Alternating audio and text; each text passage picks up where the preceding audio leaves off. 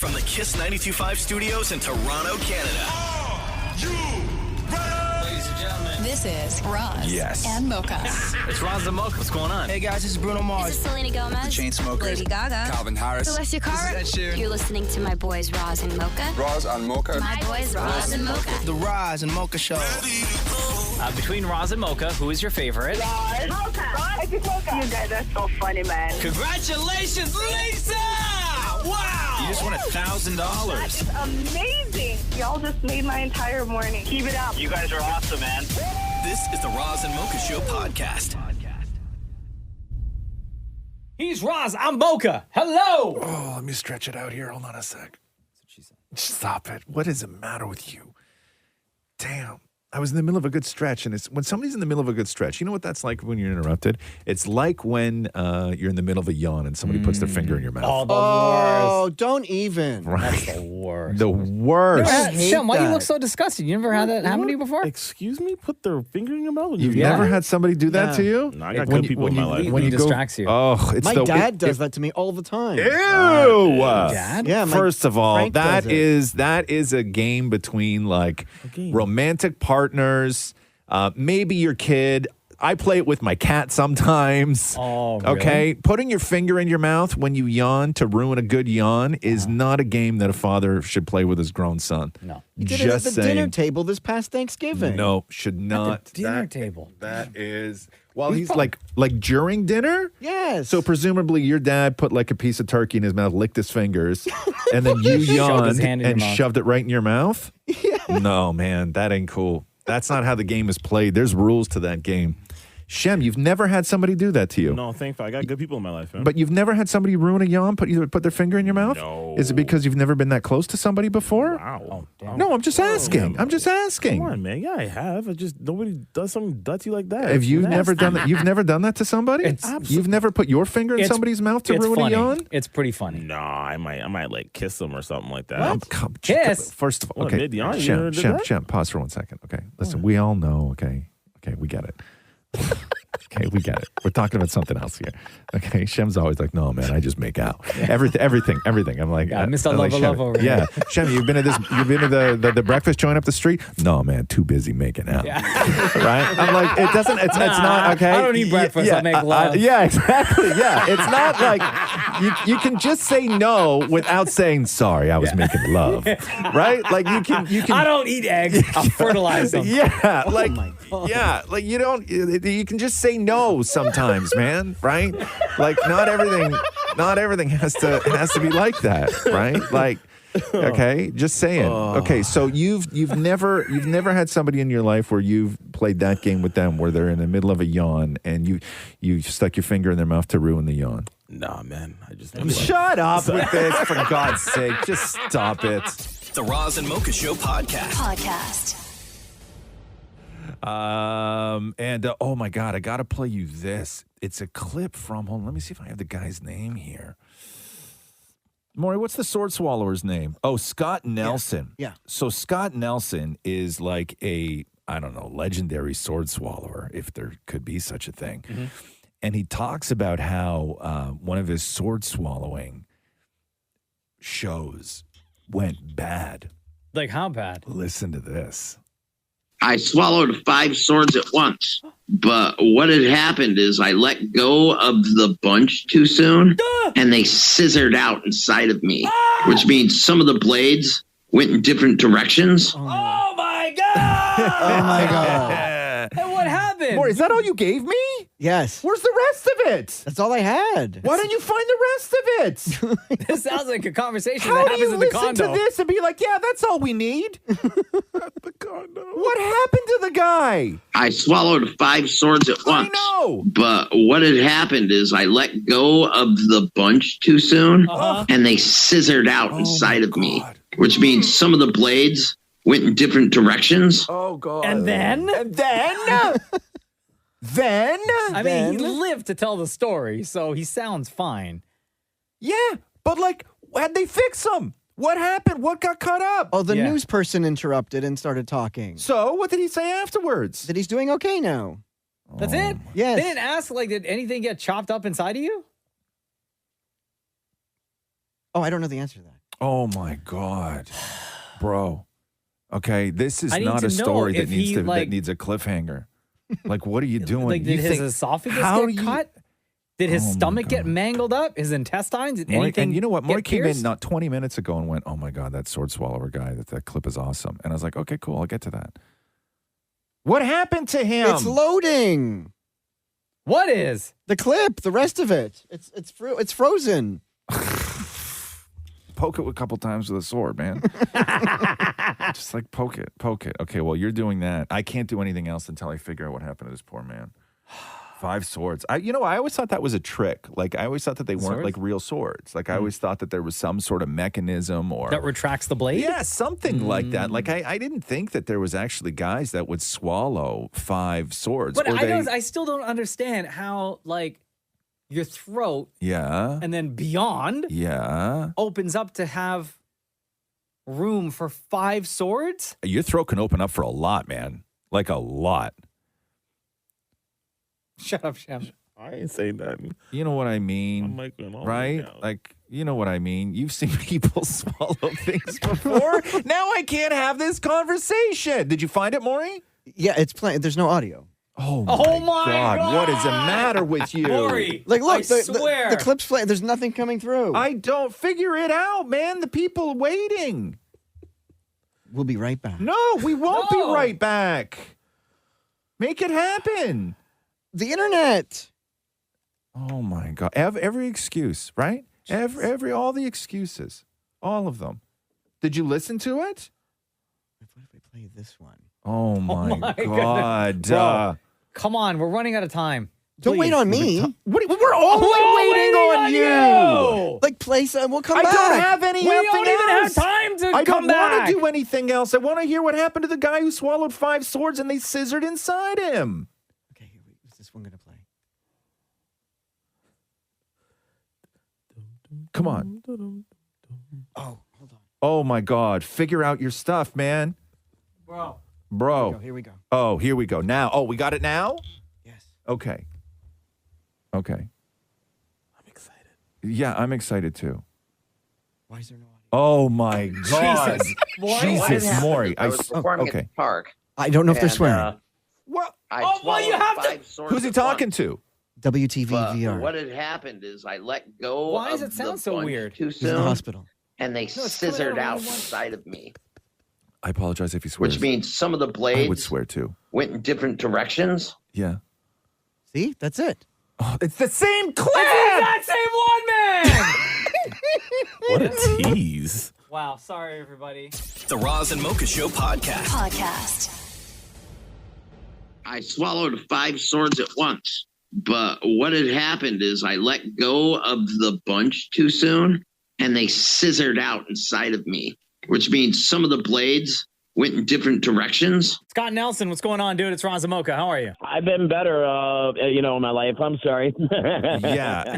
Okay. We'll get to that in a second because it was like the story that we had and we talked about it, for forever yesterday and needed to have you on today because there was almost this cliffhanger. So the headline was like sword swallower injured for swallowing swords, right? Which made sense. But then you had said that what went wrong. That's true. So what went wrong was that you had said that while they were inside you, they sort of scissored and did something to you, but that was the end of it. There was no sort of follow-up. So let's start. So you swallow swords for a living, right? Correct. Okay. And then what happened when you put 5 swords in you? Take us to that point of where they scissored. Okay, well, I got the 5 swords. I have them in my hand, right? I've got them in both hands because, you see, you have to hold them all together going to the mouth to keep them bunched up. And if you don't keep them bunched up, that's when they scissor. Okay. So I got them about 3/4 of the way in, and I let go of the hand that was supposed to be holding them. Yeah. And that's when they scissored out. Okay. So what? So they fell. They fell not stacked, going down the tube where they're supposed to go. When they fell, they were all sort of. Correct. They opened and then they slice. What did they slice on the way down? Well, it was a matter of what they actually stabbed on the way down. What did they stab on the way down? What they stab? What they stab? You know how the media gets everything wrong. Yeah. I've seen like 5 different versions, and it's like, oh, Christ. Okay, give us the truth. So I'm giving you the full, true version here. You're the first to get it. So it's nicked my liver. Okay. One of them went through my lung. Oh my God. 2 of them went through my esophagus. Okay. And that was it. Now, what had happened after that? Now, this is really screwed here. Is that I kind of felt a little funny. Yeah. But so it was cold where I was at, so I was always having soup, right? Yeah. So I go into the back and I have my can of soup, and I come back to the backstage, and all of a sudden it's like I can't breathe. Like all of a sudden my breathing is like super labored. But how do you not pass out after an experience like that? Oh, I didn't know I was hurt. Hold on a second here. You swallowed a sword that went through your lung, and then you had soup? Yeah. Whoa. I get in the hospital, and on the way to the hospital, I aspirate without knowing it. In other words, I throw up, right? Yeah. So they knock me out at the hospital. They go inside of me. They're figuring just to see my heart right there, because when you open somebody up, their heart's just sitting right at the top and beating. Yeah. Well, they couldn't see my heart because it was like in a big giant pool of vomit and soup. Oh, God, the soup!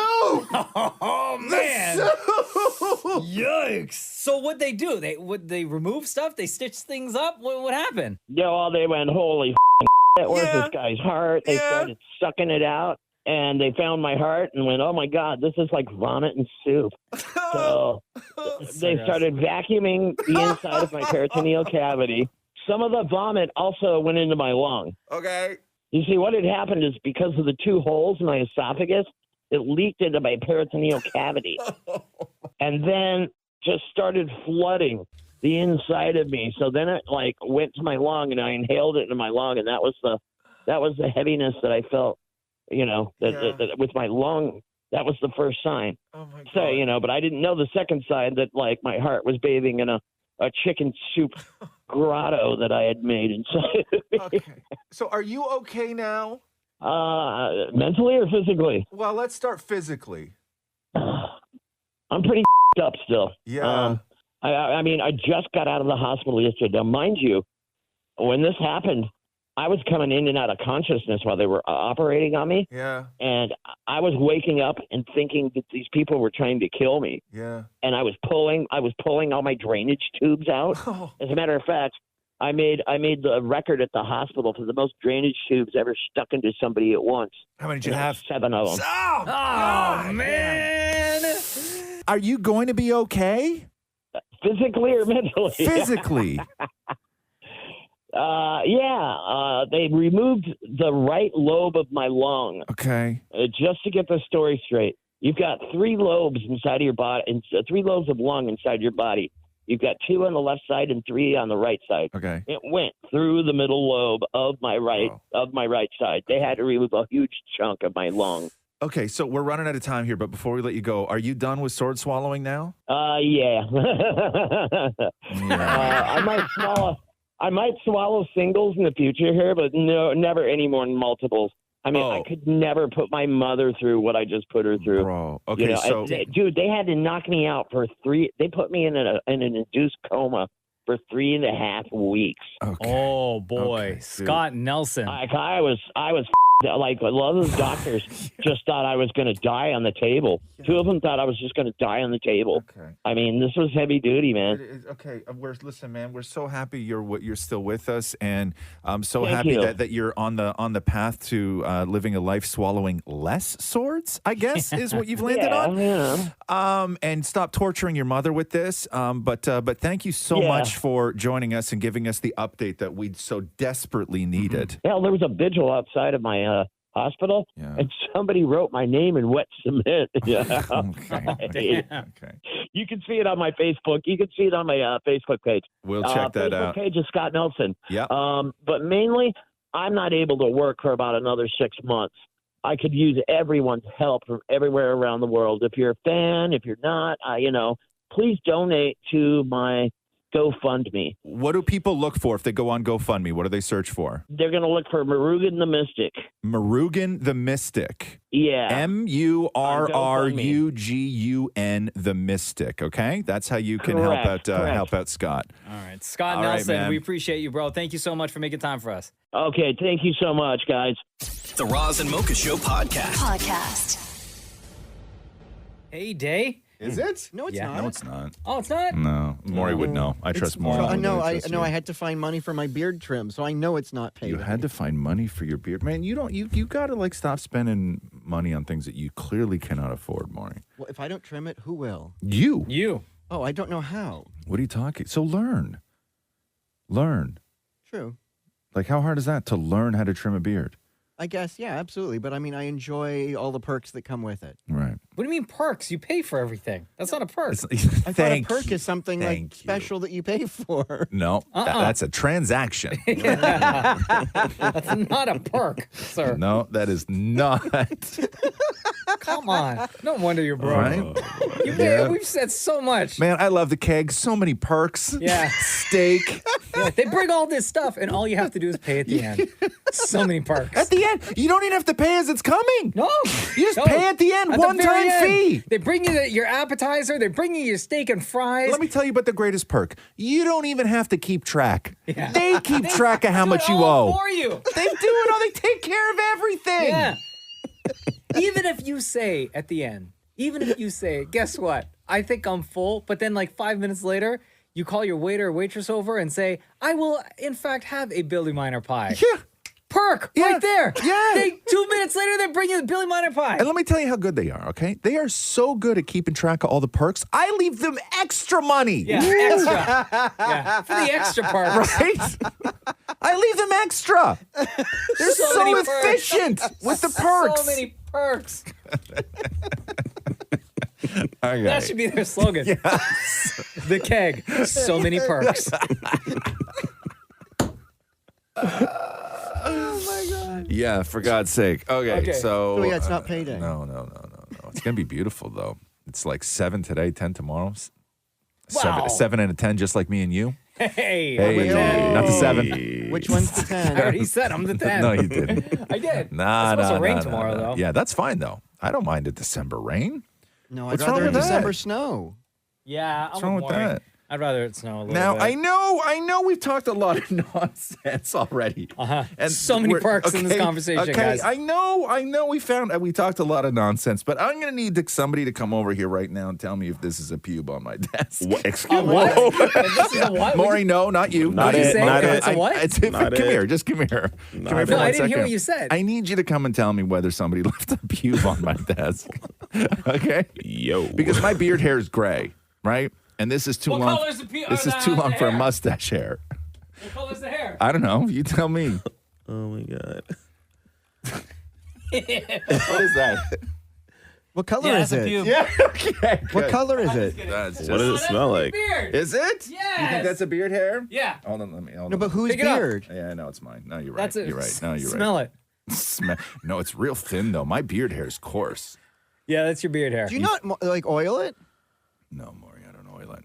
I'm not into those kinds of perks. You know what I mean? I don't pay for those perks. Okay, off the rails now. The Roz and Mocha Show podcast.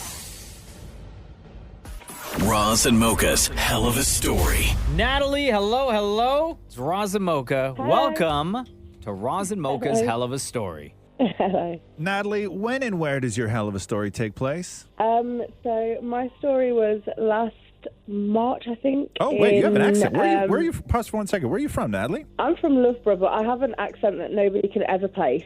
I think it's like a mishmash of accents. Okay, cool. So It's an odd one. take us back there. So when was this? So, yeah, this was earlier this year in March. It's a normal day, just going about my business, took my kids to school, and thought I'm going to treat myself to a sunbed because I was going for dinner with my friends. A tanning bed. Yeah. Okay. Yeah, so I thought, nice 10 minutes, 15 minutes on there, get a glow for the evening. And so I went to the shop as I normally would, but I'd gone to a different shop this time. It's not one that I would normally use. Put my oils on and everything, got undressed. Well, as I went to get onto the bed, I went to lie down and pull it down at the same time. I'd already pressed it on. And as I went to pull it down, the whole lid completely collapsed on top of me. And I was like, stuck. No. Hold on. The tanning bed, the lid collapsed on you? The lid just completely, the whole lid came. And it was still on while it was collapsed on you? Oh my God. Yeah, and I couldn't get it off to begin with, and I was freaking out, and I was just like, "Oh my God, I'm going to burn to death! Like, what is going on?" Like, and I just. Are you nude? Like, are you in a bathing suit? Or are you nude? Completely nude? No, completely nude. I wanted the full effect of the tan. I gotcha. I didn't want lines. I gotcha. I also didn't want to burn to a crisp. I gotcha. The tanning bed is on, and what, you can't get out? Yep. No, can't get out, and also can't turn it off for some reason. And oh my God! So I can only imagine immediately after the panic set in, you just started screaming, right? Yeah. Well, yeah, I was. Well, it took me a second because I was. I don't know. I just went into a state of surely this is not happening. Yeah. This is just not real. This can't be possibly happening. And so I was like, hello, help. And the music's so loud in there, so they couldn't really hear me. So obviously I was thinking, oh my God, they're never going to hear me. So I'd sort of left it, and then they'd heard my cries for help and shut the music off. And I was like, thank God for that. By this time I had managed to turn the bed off, but it is still quite warm in there and in a very enclosed space. And so they had to force the door open. And the shop's still full of people at this point. Oh my God. Yeah, so I'm there naked, can see through this little hole and thinking, this slither in the bed, and I'm just thinking, oh my God, I'm naked. My worst fears are coming true right now. This is not good. Dying naked is high on the list of worst fears. Just leave me there. That will be my coffin, and I should stay here. Yeah, wheel it out after I die, and tell my husband to come and pick it up, and that's the end of me. Just stick that in the ground. Don't open it. Yeah, all you got to do is just dig the hole now. Dig a hole, I'm good. And now the employees are now in the room with you. Oh. Yep. So these really nice ladies, they sort of said, right, you need to clear the shop. You need to, conceal her dignity at this point, and you need to close the shop, and we need to figure this out. We need to ring 999. We need to get the fire brigade here. So okay, so they call the fire department. The firefighters show up. Yeah, and the ladies made a joke to me. They said, "Oh, we hope if they send some fit firemen." And I was like, "No, do not send fit firemen to me right now. Someone is going to get me the hell out of here. Send me, I want 3 firemen who are days away from retirement, who aren't going to look at me that way. The most knowledge. Oh, God. Okay. So the fire department shows up, and they do what now? So then they sort of have a look to see what's happened. Then it took about 4 of them. So they said, what we're going to do is we're going to try and lift it up. You're going to have to literally slide out as quick as possible because it's a heavy piece of machinery. It took 4 of them to lift it, and I sort of had to just shimmy out sort of thing. At this point, they had slid a piece of kitchen roll. They had slid that under for me to hold on top of me, and I sort of shimmied out. You had paper towels on top of you? Yeah. That's all they had? Oh, my God. They couldn't even slide a little thin blanket in there? No. A bed sheet? No. We was out of options at this point. Okay. So once the firefighters rescued you from the tanning bed that collapsed on you, how much time had passed from the initial crash of the tanning bed onto you? I don't know. I think it all sort of happened within an hour. Oh, but God. Time-wise, it felt like an eternity to me. I was due to pick my daughter up, so I was freaking out that my daughter's at school and I'm not going to be there to pick her up. So I'd had my phone in there with me, so I'm in there trying to actually sort out childcare while I'm thinking it's going to kill me, but I can't have my daughter stuck at school. So eventually they get you out, obviously. Yeah, so they get me out and then got dressed, and I was more annoyed the fact that I didn't even get a tan at this point. No, yeah. I didn't even get a glow after the whole traumatic experience. I don't even look good.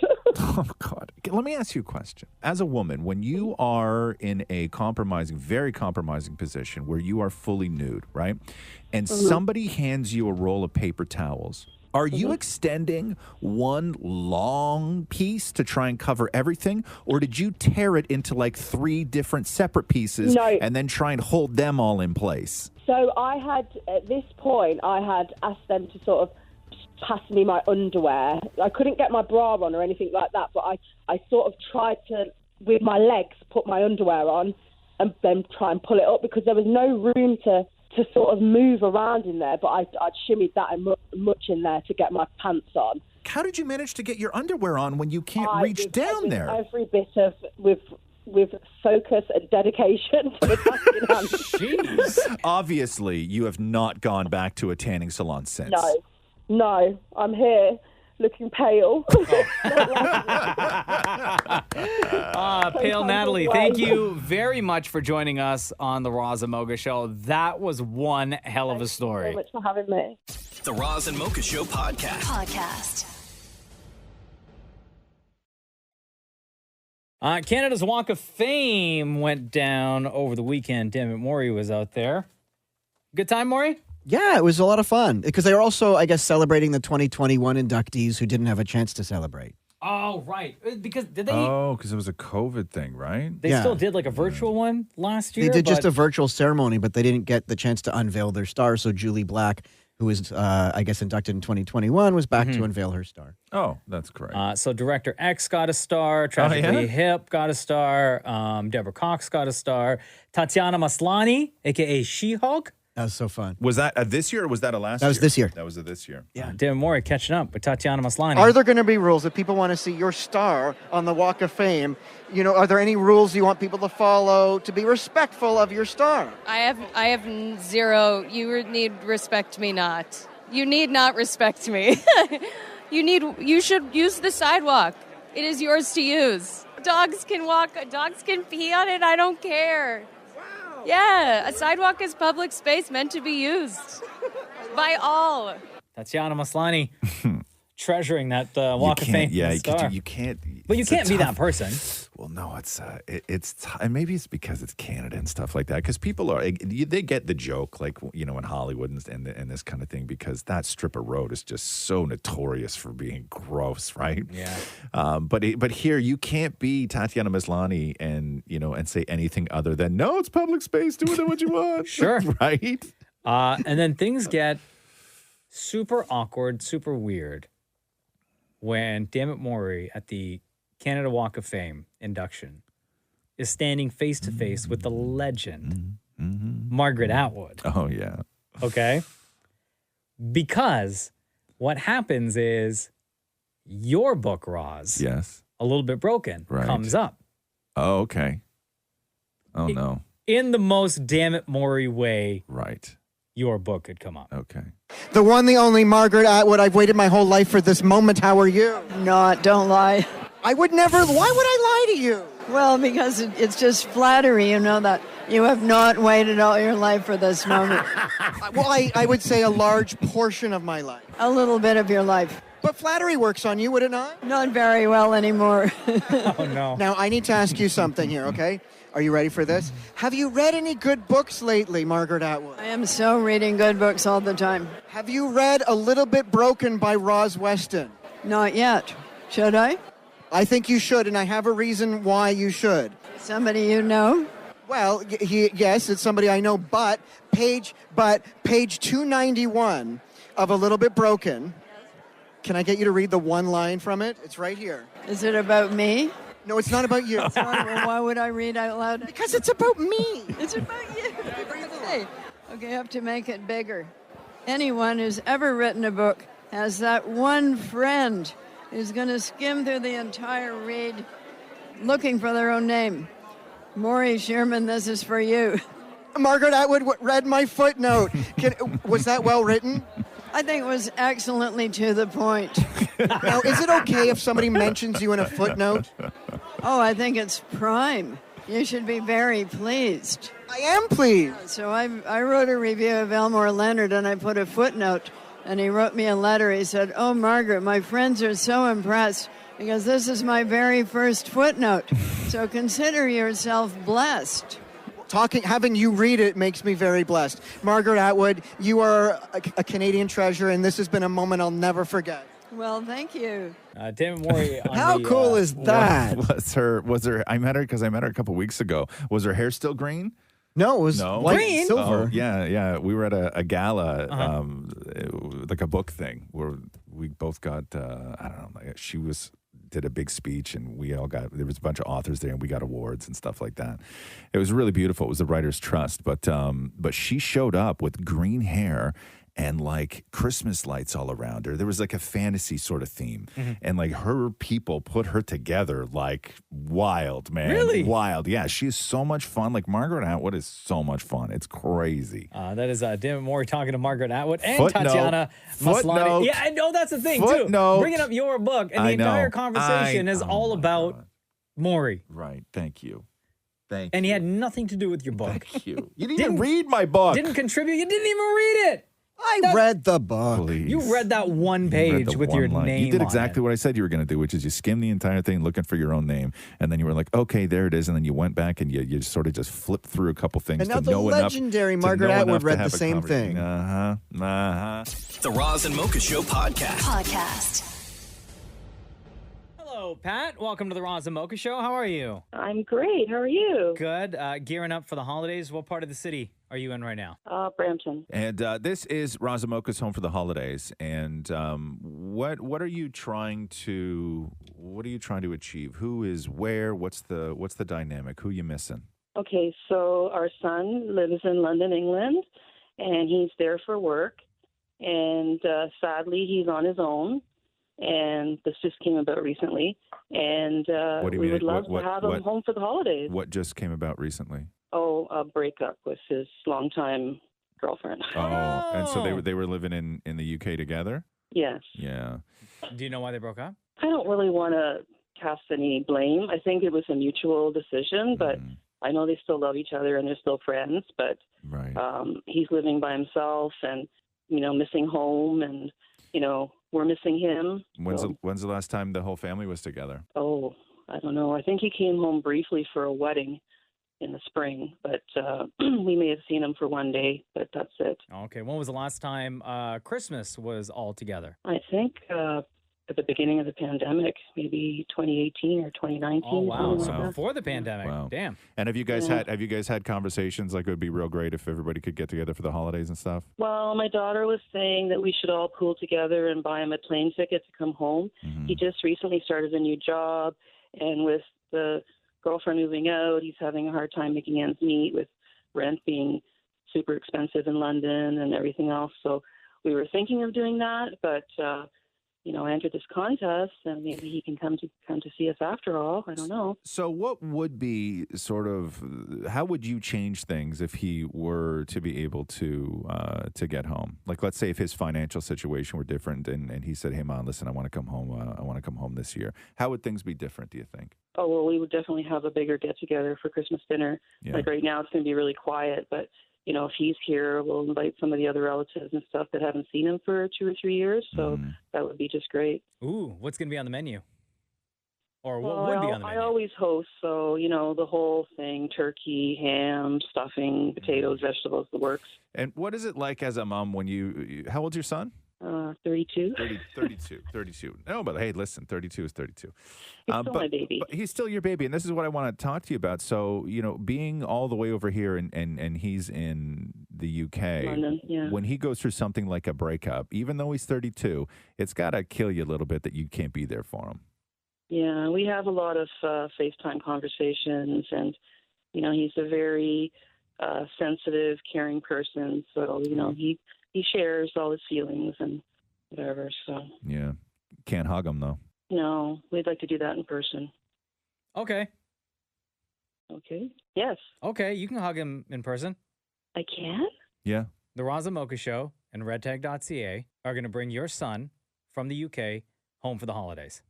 No way. Oh, my God. That's so awesome. Thank you so much. You got it. You are so welcome. Yo, you're going to be hosting Christmas dinner Yeah, now. I'm and like- you just rhymed off. You just rhymed off everything that's on the menu. So you better start getting all the stuff together. You might have to drop in and have some. So. Well, let's not go too far. Thank you so much. Pat, congratulations. Please make that like the best hug of all time, okay? But it is our absolute pleasure. This is why we do Razamoka's Home for the Holidays. Oh, I'm so happy. Thank you so much, guys. You got it. You mean the world to us, and enjoy your time with your son. Perfect. I will. You got for it. Sure. And we will do this again tomorrow morning at 7 o'clock. Roz and Mocha's home for the holidays alongside redtag.ca. Head over to our website, kiss925.com, and all the information is there on what we need from you in order to potentially get you on the radio and send you home for the holidays. Or maybe, much like Pat and her family, bring somebody home for the holidays. Roz and Mocha's Fix My Life. What advice can you guys give me? Okay, so my question is... Got a problem you can't fix? Roz and Mocha got you. Serena out in BC. Welcome to Roz and Mocha's Fix My Life. What in your life needs fixing? I really messed up a possible group friendship. A group friendship. You wrote us this. Roz and Mocha fixed my life. My best friend since high school and my boyfriend of 7 years don't mesh well, and it's all my fault. I made the mistake of telling my friends that my boyfriend didn't like some of them too much. When they asked me what he thought of them, he actually meant he didn't like how they were treating me when I needed them. Not that he didn't like them. Everything has been a mess, and I need your advice. Why'd you do that? I think it was because we were all drinking on a girls' trip once. Oh, and, no. You know, when they get you like that, the honesty comes out. Yeah, there's certain things Girls that be talking. Oh, man, yes. There's certain things that I will always advise friends to not say to other friends, right? And that is, like, if you have a boyfriend, girlfriend, and you break up with them, you need to wait a really long time before you open up to your friends about the real reasons for it. Because there's a chance you may get back together. So if you go directly to your friends after a breakup and be like, oh my God, he's this and he's this and he's this, your friends will hate them, but you will probably get back together with them. And then you have a group of friends who hate your boyfriend, right? There's people who make these mistakes all the time. This isn't a problem. Like, this is not your boyfriend's fault. This is all on you. I know, which sucks. And it sucks that they naturally aren't like the same group of people anyways. So I just made it worse, and it feels like there's no backpedaling now. Does he know that you screwed it all up? Yes, because I confronted him about it and asked, wait, so why don't you like them? And he's like, well, it's not like we're like really close friends, but I never said I hated them. And I'm like, oh, okay. So hold on, you confronted him after you told your friends? Yes, because what happened was this was a couple of years ago, and then recently I asked him. He's like, no. I'm trying here, but nothing's giving with them. And I'm like, okay, yeah, because well, you're sabotaging it from the inside. Yep. Oh, so now not only do your friends not like your boyfriend, but they also got problems with you. Feels like it. If I bring him around, there's tension and stuff. Yeah, but but that's your fault. Okay, but listen, I don't think your friends understand. The tension should be with you, not with him. Because if you said to your friends that he doesn't like them because of the way they treated you when you needed them, that means that you were crapping on your friends to your boyfriend. Yeah, but the thing is, I never told them that was the reason. Oh, my God. Girl. Serena! Yeah. You was did this too yourself. scared to tell them the complete truth. I know, Well- which sucks. And it's like, well, we're already years into this. Well, guess what? You need to find new friends. You need to go to, if you want to fix this, there's one way to fix it. Okay. There's one way to fix it, which is to go to your friends and say, hey, listen, I love this guy and I love you guys. And we don't all have to be best friends, but I would like there to not be tension. Let me tell you why. When I told you that he doesn't like you guys, let me tell you where that came from, because it's all actually my fault. So I was going through this. I felt I didn't get this from you guys. And I opened my big stupid mouth to somebody who loves me. And he's reacted that way ever since. It's not his fault. It's my fault. That's the only way to fix it. Just got to be honest. Yeah, that is actually really good advice, though, to tell them what's going on rather than thinking it was all him. It's not him. I know. And it does suck that they are different types of people, though, too. Like, he's very quiet. I feel like Doesn't matter. You listen, he doesn't like people. Stop making excuses. Stop making excuses. Poor guy. I know. Hold on. What were you guys drinking that you got so turned up that you started causing problems? Everything. It was a birthday weekend, so we went wild. Okay, like vodka, tequila, stuff like that? Oh, all of the shots. Yeah. And then the truth comes out, huh? no, But then you try and backpedal and don't tell the whole truth, which is my fault. Clearly. Were you trying to backpedal in the same night, like while Yes. you were still drinking? Oh, God. Yes. Yeah. Okay, girl. can you have a Maybe I sober should not conversation be. with these girls? I think so. I think I Okay. have to. I don't know. I actually think maybe you should do it a little drunk. Oh, I think they might be. Oh, no. I think they might be less mad at you. Maybe. There's a Christmas party coming up. Yeah, So. I think they might be less mad at you, and maybe a little bit maybe more. they have to be drunk and Serena has to be sober That's never fun. because No. I don't know. No. I feel, Serena, if you do this drunk, you're going to say something else that's going to ruin the relationship again. Yeah. I feel like Mocha's onto something there. Yeah. I would get blind drunk and do it. I don't know. And about I'd even that. write notes so I didn't forget to say certain things. I wouldn't do that either. Bring my sticky note out of my pocket. Oh, Yes. Guys, here we Yes. All go. right, Serena, Yeah. go fix the problem. You know what you Yeah. have to do. Yeah, thank you guys so much. Roz and Mocha's Fix My Life. On Kiss. Jack Armstrong, voice of the Toronto Raptors. Yeah. So distinct. The voice. And just, man, people just have so much love for Jack Armstrong. Yeah. It's incredible. So much love. Because how could you not? See Nagara back. Hello! Give it to me! A little baby block! Get that garbage out of here! Here comes the competitive juice is flowing! Come on in here! Get that garbage out of here! Look at it right here! No! Get that out of here! Oh, man, this guy is the absolute best. So get this. Jack Armstrong has put out a Christmas album called Hello and Happy Holidays. Come on. I swear, that's what it's called. Hello and Happy Holidays. And by the way, proceeds from the album are going towards the MLSC Foundation and the Special Olympics. I have a couple of tracks I'd like to play Please. for you guys from Mr. Jack Armstrong. I'll be home wow. for Christmas. Excuse me.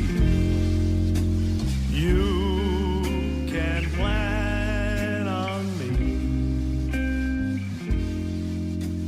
Please have snow and mistletoe and presents on the tree. Right? Wow. Yeah. Here, I got another one for you. It's beginning to look a lot like Christmas everywhere you go. Take a look at the 5 and 10. It's glistening once again with candy canes and silver lanes aglow. Right? You know what this to me, right? Like this kind of singing, the thing I like about it, because everything is just so overproduced and affected now. Jack sounds just like a real good kitchen singer. Mm-hmm. You know? Yeah. Like he's great in the kitchen. And somebody was like, hit record. Yeah. So good. And That's what it sounds like. It's great. And he's fun. He's Yes. having so much fun with it. So highly encourage you to pick up Hello and Happy Holidays from Jack Armstrong, voice of the Toronto Raptors. So Damnit Maurie got a chance to hang out with them. The two of them were kicking it at Sobeys over the weekend. Not because they were both grocery shopping at the same time. Oh, okay. But Jack was out there helping Sobeys out with their holiday calendar promotion, giving away like a ton of prizes, giveaways, all sorts of stuff. And of course, you can't talk to Jack Armstrong about his Christmas album and not try to duet with Jack Armstrong some Christmas tracks. Damn it, Maury. I'm hanging out with you, my guy. Hello. Hello. Hello. Hello. Hello. Hello. Bonjour. Okay, and you know what? For the holidays, I know that you have a brand new Christmas album out. Hello and Happy Holidays, which is amazing because what I wanted to do with you today is sing some Christmas carols. Sure. So what I have here is the first annual Jack and Maurie's Big Red Cup of Songs. Wow. Here we go. Silent night, holy night, warm is all is calm. When is warm coming? You're a little shaky on the lyrics, but that's all right. All right, next song. Next one. Here we go. Okay, Okay, all here right. we go. Chestnuts roasting on an open fire. Jack Frost Armstrong nipping at your toes. Yuletide carols being sung by a choir. And folks, there we go. How about that, huh? You're just going to end it anytime I suck, aren't you? Yep. Next. Come, they told me, pa-rum-pa-pum-pum, a newborn king to sing, pa-rum-pa-pum-pum. All right, next. Okay. I'm dreaming of a white Christmas, just like the ones I used to know, where the treetops oh my God, I got it. Glisten and the children listen to hear sleigh bells in the snow. All right, we did a good job on that one. This is the most fun I've had all Maurie, season. you're killing it. Happy holidays. And are we under the mistletoe? Are you sure that's mistletoe, Maurie? Okay, it's holly. It's holly. I thought I would trick you. Well, amazing. Happy holidays. Merry Christmas to you and your family. Wow. Merry Christmas, Maurie. All the best, and all the best to everybody out there. Happy holidays. Happy New Year as well. Oh, my God. Yo, Jack Armstrong could not get away from you faster. Bum. The word bum isn't in Little Drummer Boy. Bum. Bum. Rubba bum bum. Yo, shout out to Jack Armstrong from the Toronto Raptors, the voice of the Raptors. His Christmas album. Hello and happy holidays is out right now. The Roz and Mocha Show podcast. I don't know if you're going to hear this, Roz. Uh-oh. I don't know. What'd I do now? So we get submissions from fans who listen to our podcast at half speed all the time. And lately, you have been the subject of almost majority of the ones that have come in based on things that you've said. If you listen to our podcast at half speed, some of the conversations sound like we are drunk wasted, right? Yeah. Like super wasted. Especially you and your choice of words, Roz. So this one comes to us from Alicia Longsworth, Roz and Mocha superfan. Yeah. Taking it back to episode 498. Which That's recent. That's like 2 last weeks ago. week. 2 weeks ago. 2 weeks ago. Oh, come on. What'd I do now? You're talking about what you had for dinner the night before. Totally normal conversation. And some of the food that was still stuck in your teeth. Okay. And then things kind of go off the rails. Right. So when you listen to it at half speed, you'll understand why Alicia found that this was hilarious and wanted to share with us to share with everybody else. I braised short rib last night. Ooh. Jesus. You sound disappointed. No. It was Oh. It was good. It was fine. Still thinking about it. Isn't that the best? When you have a meal that's so good, you keep thinking about it the next day? Because I just found some in my tooth. Did you spit it out or eat it? No, I ate it. You didn't brush your teeth this I morning? did. I just missed it. It was buried deep in there. No, I didn't pick it out either. I just dug it out with my the tip of my tongue. And So was it inner meat or outer meat? What do you mean? Like, was it the braised part or some of the inside meat? No, it was like the stringy inside meat, I guess you could say. I found... Okay, sorry, you found what? Say it again. I found inside meat in my mouth. Sounds like a good thing. Shut up.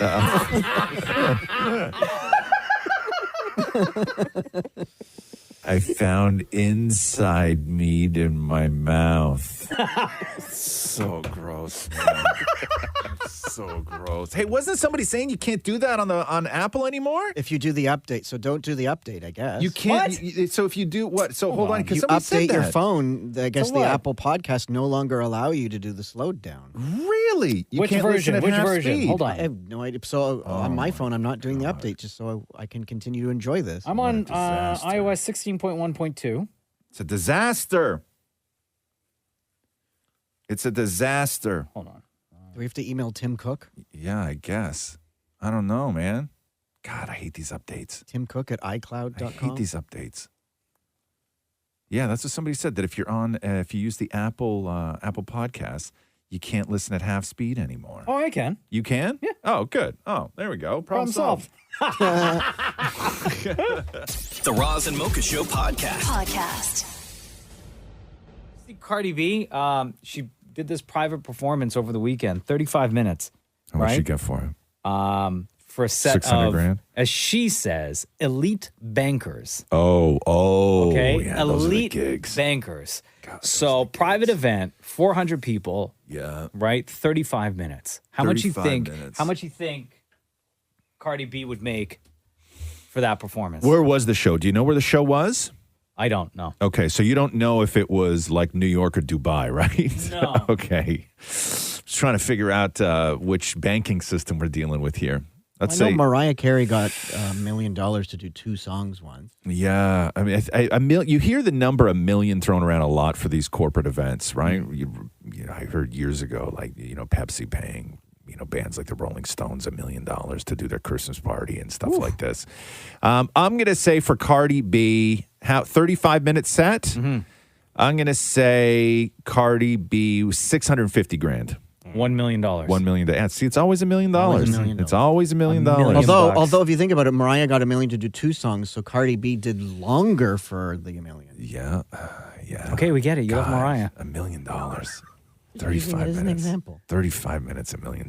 God damn. Right? Yeah. So, like, easy money. Yeah, it is easy money, but you Right? have to get to that point, right? Of course. It's like when people used to look at Mike Tyson and go, God, if I could, I would get in the ring for 35 seconds and get my head beat in by Mike Tyson to make, $6 million.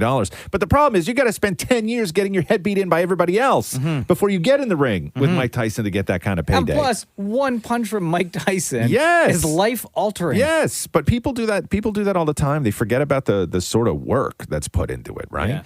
It's like with like Maurie in the art world, right? It's like, why is that painting, worth so much? Well, it's because that guy painted for 40 years and he got to that point and then he died, right? Sure. It's not like one guy paints one painting and suddenly somebody wants to pay $9 million for it. A piece of art I want right now. This guy makes art out of New York subway Metro cards, Right. and they've discontinued the Metro card. So I'm trying to get one because he'll not be able to make anymore. So what's the art piece that he put together?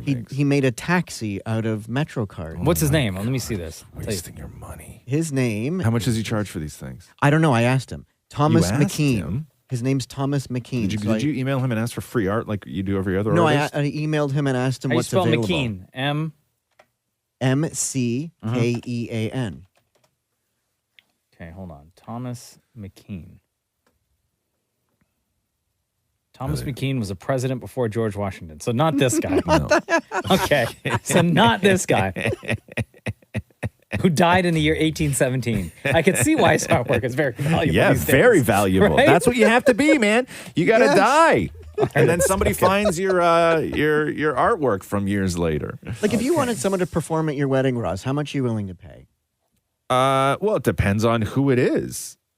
Like if it's there's a difference between like Mariah and like you or like Okay, so I'm looking. So he does this Thomas McKean guy. He's got like a bunch of different art pieces using these New York City Metro cards. Right. Like, I mean, they're okay. it's okay. Like, Yeah. Oh, I didn't say I like it. I said I want underst- it because you won't be able to make anymore. I understand. I mean, I'm not an art guy, right? Like, it's all right. Like this one of the Brooklyn Bridge. I mean, looks okay. Like this one, yeah, I could see why people would want Yeah. this one. That's a cool looking one, Yeah, right? yeah.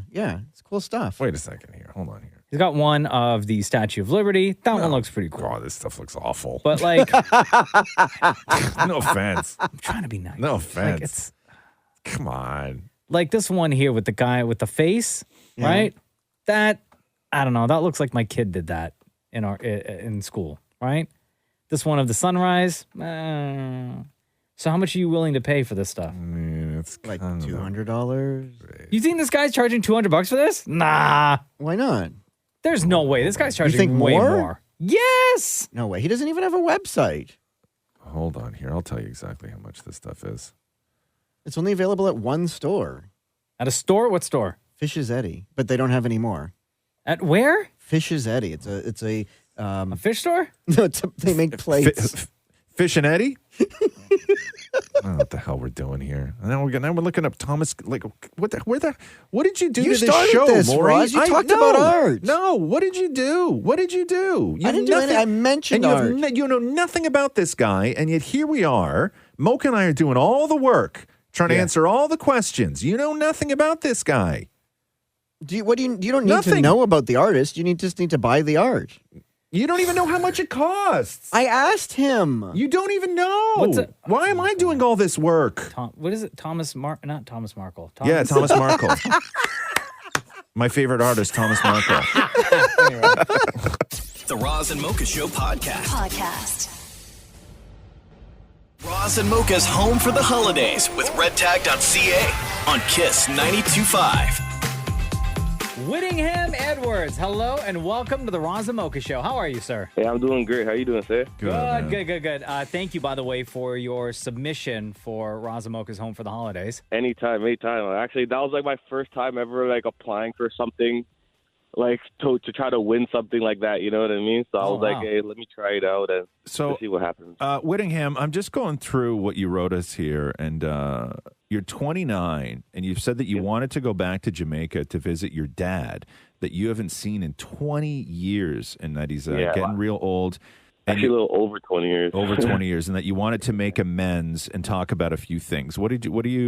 First of all, why has it been over 20 years since you've seen your dad? My dad was living in Toronto when I was born up until I was about 7 years old, and then he got sent back to Jamaica, and I was never able to go back down there, you know, like just financial sometimes. And I have a son now, and I was younger too, right? I was going to school and I was doing all these things, so I never really had a time to go back home. And we've had a lot of our own issues that now we're both older, we're both in a better place in our life, and he's actually really old too. So like that's the main reason why I really want to go down there and just try to clear things up. And, you know, I have a son now, like I said, I would love for him to meet.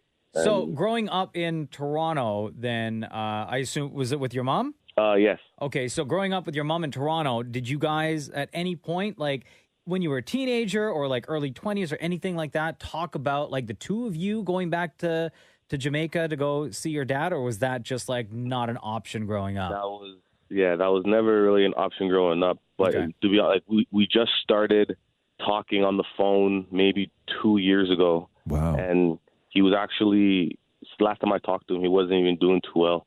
And that's the main reason why I'm really focused on trying to get down there as soon as possible. So what happened in the relationship? Like what strained the relationship that you guys just lost communication altogether? It was problems like from when I was a kid between my mother and him.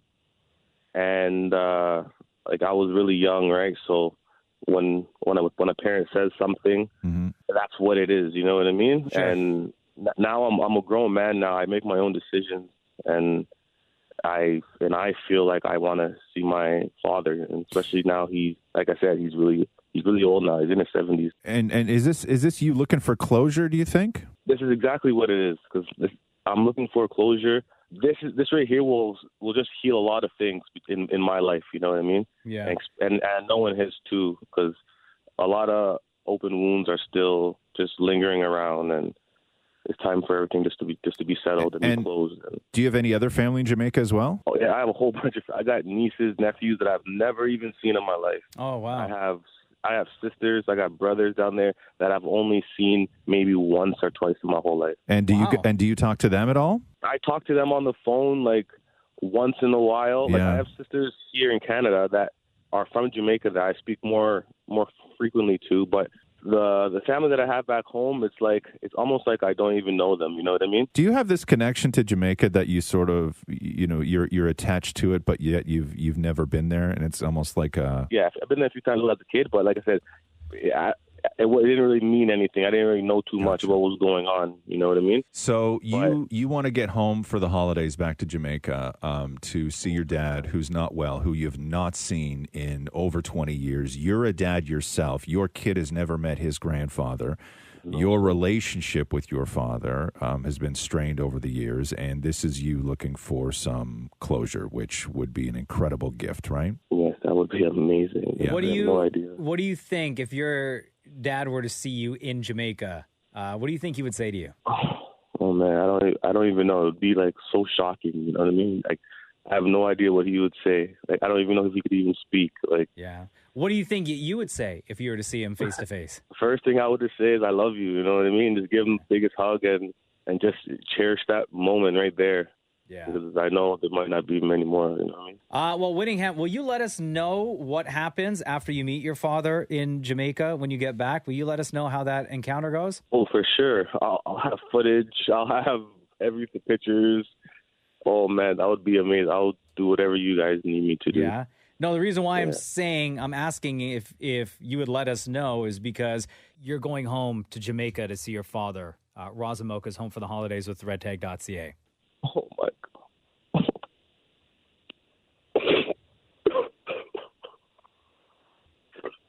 It's all right, bro. We're going to get you down there. Whittingham, you sound like just such a caring person, a loving guy, a good guy. You going to bring your son? I can't believe this happened. Of course I'm going to bring What's your son's name? His name is Adonis. Is he a good kid? Yo, that's a wicked name. He's an amazing kid.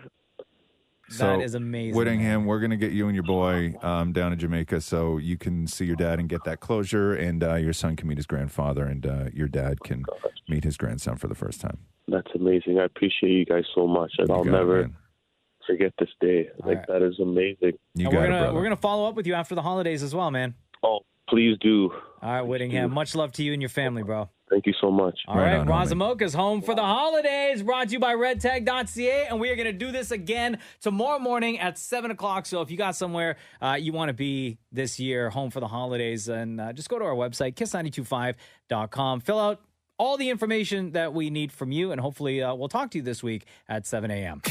Roz and Mocha's home for the holidays. With redtag.ca. See the world your way. Enter now at kiss925.com. Desiree Burch is a comedian and writer out of London, but you know her voice as the narrator on Too Hot to Handle. We are on Wild Love. Oh, no, you're not. We have no idea what's happening next. No, you don't. Too Hot to Handle Season 4 is out right now on Netflix, and narrator Desiree Burch from the show on the Roz and Mocha Show. How you doing? I'm doing all right. Thank you for asking. How's it going over there? We're great. We're excited. Season 4, Too Hot to Handle, is out. Yes. Your reaction to the success of this show, or I guess your reaction to the people's reaction to this show? I am always pleasantly surprised when things I do go well in general. But like, as far as this show, I think that it's hard to say lucky because we were in the middle of a pandemic, but when the show premiered, it was at the beginning of COVID. So we did have a pretty captive audience. Like, I think the definition of captive, but I also, people have to like not only see it, but actually like it and want to see more of it. And I think that that's what's been amazing. And I love that people kind of love, obviously, the hot bodies and all of the sort of hooking up, but also love like the workshops and all of the personal growth that actually happens, which is a shock to the system that it's happening on a reality show. Yeah. But it kind of feels like it's happening. Yes. Right? Yes. And like real, actual drama, because it doesn't matter how hot they come in at episode 1, by episode 5, somebody's crying. There was a real sense of watching season 1 that this was going to be a one and done, because as soon as it aired, there was no way you were going to be able to convince people to go to an island where they wouldn't realize they were on Too Hot to Handle.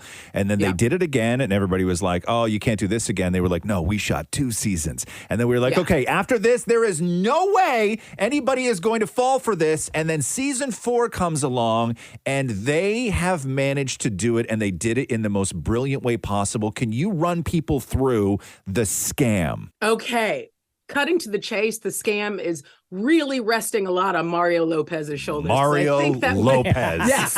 Mario Lopez. Lopez, right? It just puts the stamp of like, oh, this is for real. Mario Lopez is there, which is amazing. I don't know how they got him. They flew him in on a plane and flew him right out on the same plane after these people figured out that Wild Love was not happening. But essentially, they've got this show, Wild Love, that they've come up with, the premise of which is a sort of dating, romance, sex and hookups meets sort of extreme sports and experience. So it's kind of like Survivor and Love Island got together. And so as a premise, you're like, actually, that's pretty solid. Like, someone should make Wild Love. Like, they keep coming With up with Mario great ideas that they Lopez. never do. With Mario Lopez. Like, I don't know if they patented that already, copyrighted, because like somebody's going to make Wild Love. But yeah, all these people got a call from Mario, like, oh yeah, we're going to go on Wild Love. And they always think like, we're going to go and just hook up wildly for weeks. Yeah. And then they get there and it's just like prison door slam. You only see the episodes when you're doing your part after the whole thing is done, correct? Yes, like they've definitely got the assembly line of the thing made. So yes, once they've done and dusted the whole thing, I never get to go to Turks and Caicos or wherever they film it. Everyone's man. like, did you get to go? Nope. I'm sitting here in cold England, raining, wet, just waiting to go into a studio smelling like mildew and record these lines. But so yeah, I'm seeing it pretty much as it's getting recorded. Obviously, we fine tune things, but there are some things that are just wild reactions from me that they're like, yeah, let's keep that, because I haven't seen it until I'm there on the day. Desiree Burch on the Roz and Mocha show right now. She's the narrator that you hear when watching Too Hot to Handle. New season is out right now.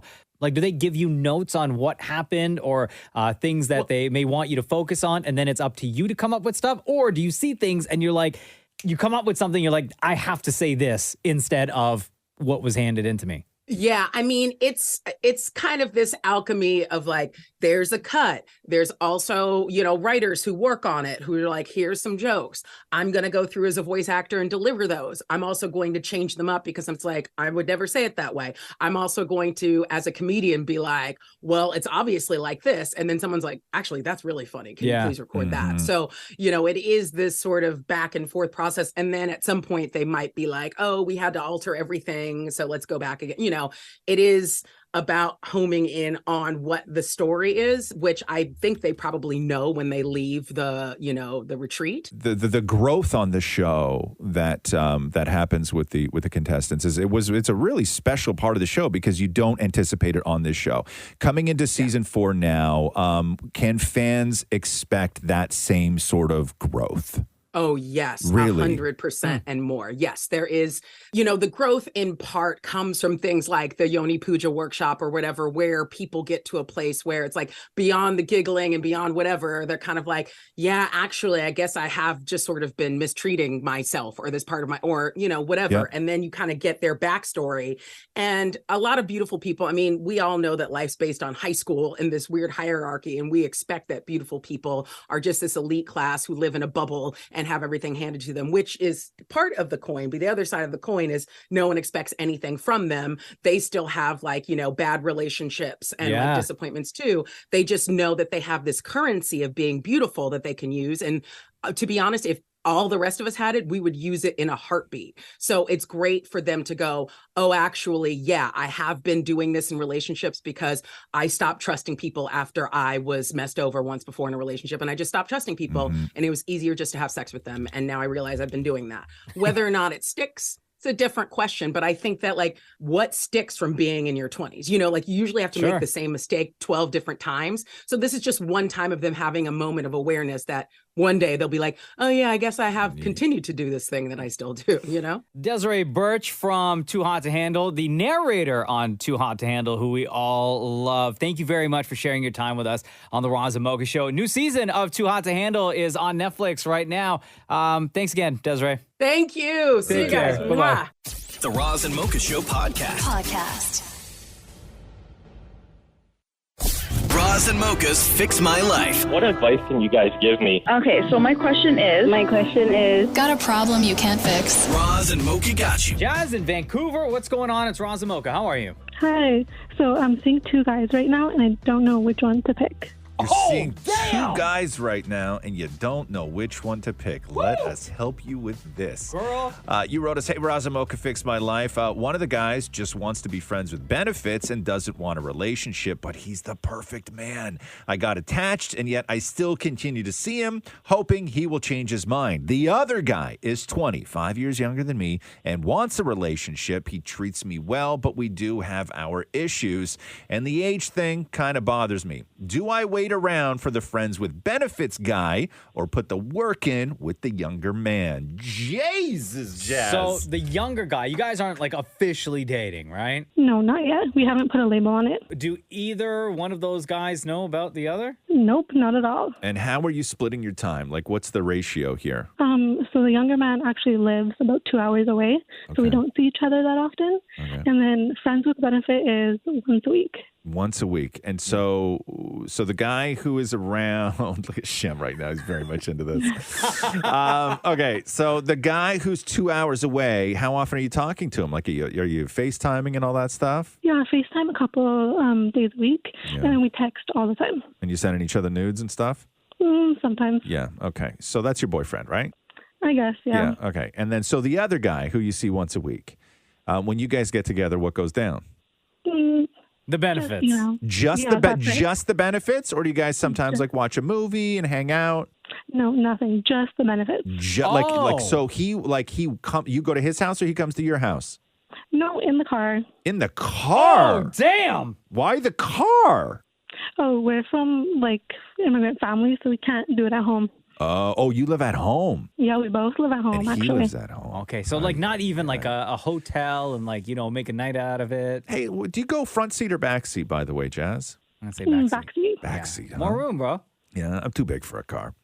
Come on now. It's super awkward. On the hood. Yeah, no, it's not. It's not good. Okay, so you don't go out on dates and you don't hang out. It's just strictly in the car business. And then, okay, I'll see you next week.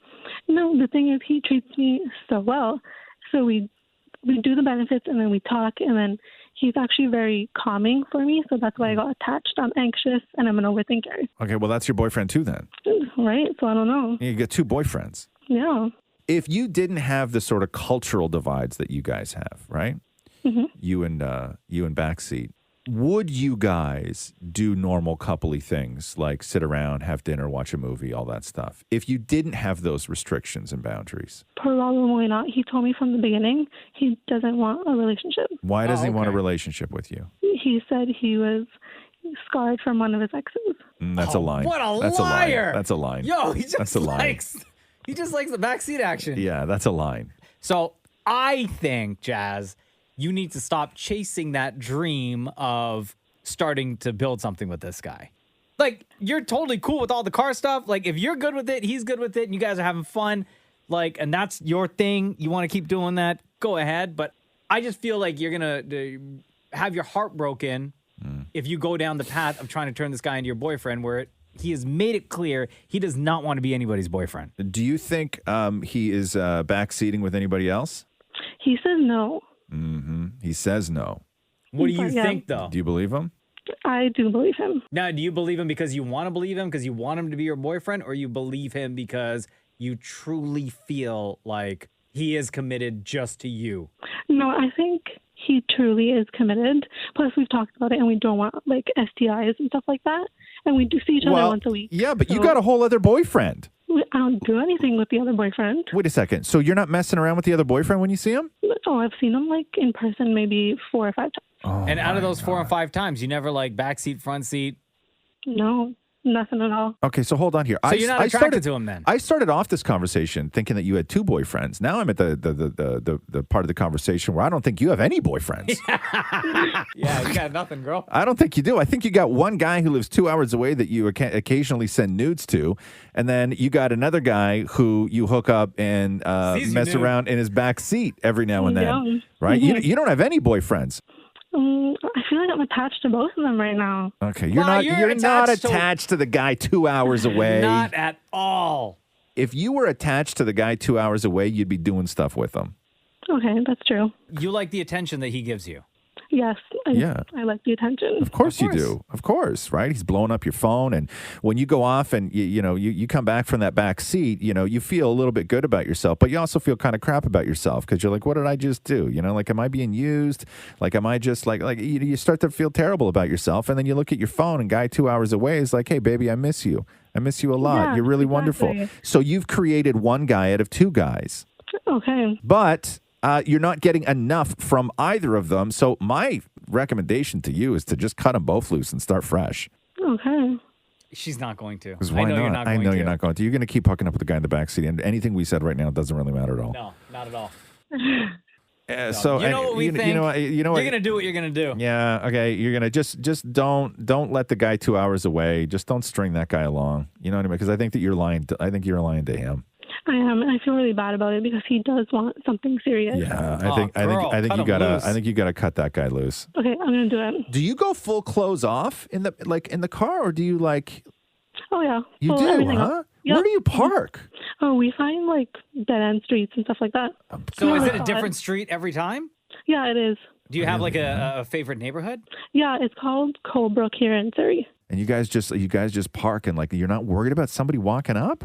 Actually, someone has walked up a few times. Yeah. A few times. And What you guys- happened? And you just drove to a new neighborhood, or you finished? New neighborhood, yeah. You guys need an RV. Oh my, yeah, way more room. than Okay, that. you're not dumping this guy, right? When you're fantasizing about an RV, you're not dumping this guy. Okay, right, Jazz. Listen, don't get your heart broken, but cut the guy loose is 2 hours away. Okay, it's not fair. All right, thank you. Later. Bye. I don't think we accomplished anything in that. No, we did. conversation. So many dudes. Baca's in the backseat. Bras and mochas fix my life. On Kiss. So Joe Biden and the Kremlin did a prisoner swap. So Brittany Griner is apparently on her way home. She's the WNBA U.S.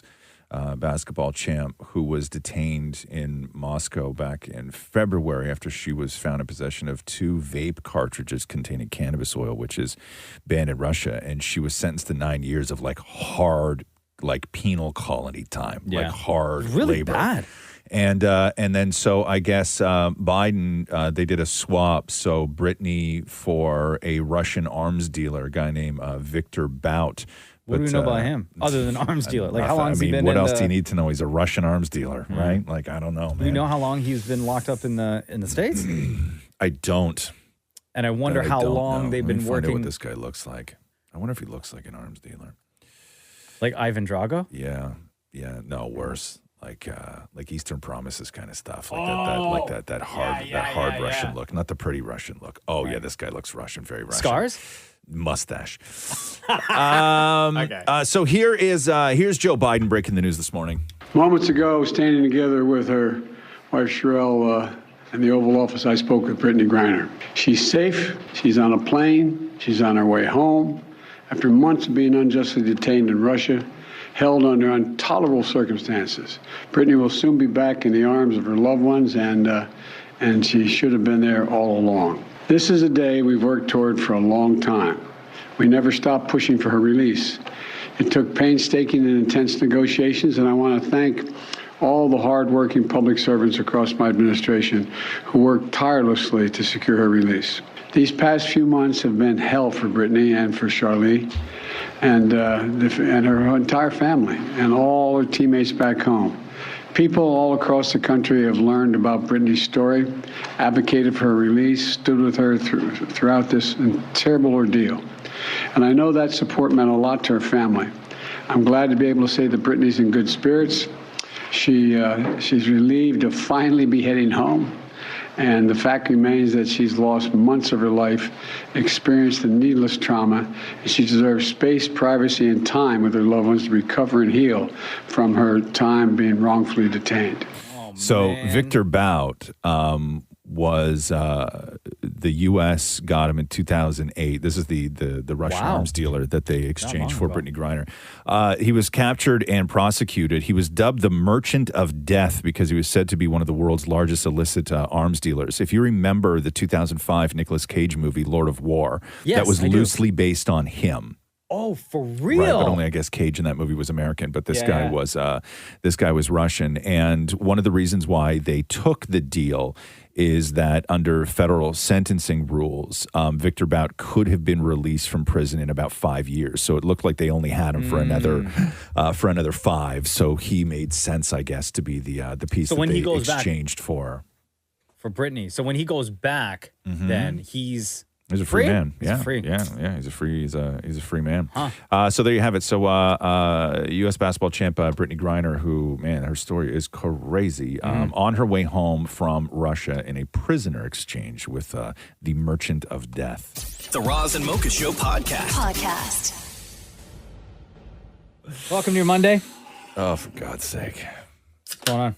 Nothing. Wow, already. Stupid ass Monday. You know. Yeah, but every Monday gets us closer to Christmas. I have no real problem generally with Monday. Uh-huh. Right? Like none at all. And Maurie's right. The holidays are coming up. I should be happy. And I all saw that other presents stuff. coming in, but I wasn't allowed to look. What do you mean? Like Amazon boxes, and then Matthew rushes to the Do you den. honestly think they're for you? Well, then why did he rush to the den to hide them? Because he doesn't want you to know what he's buying himself.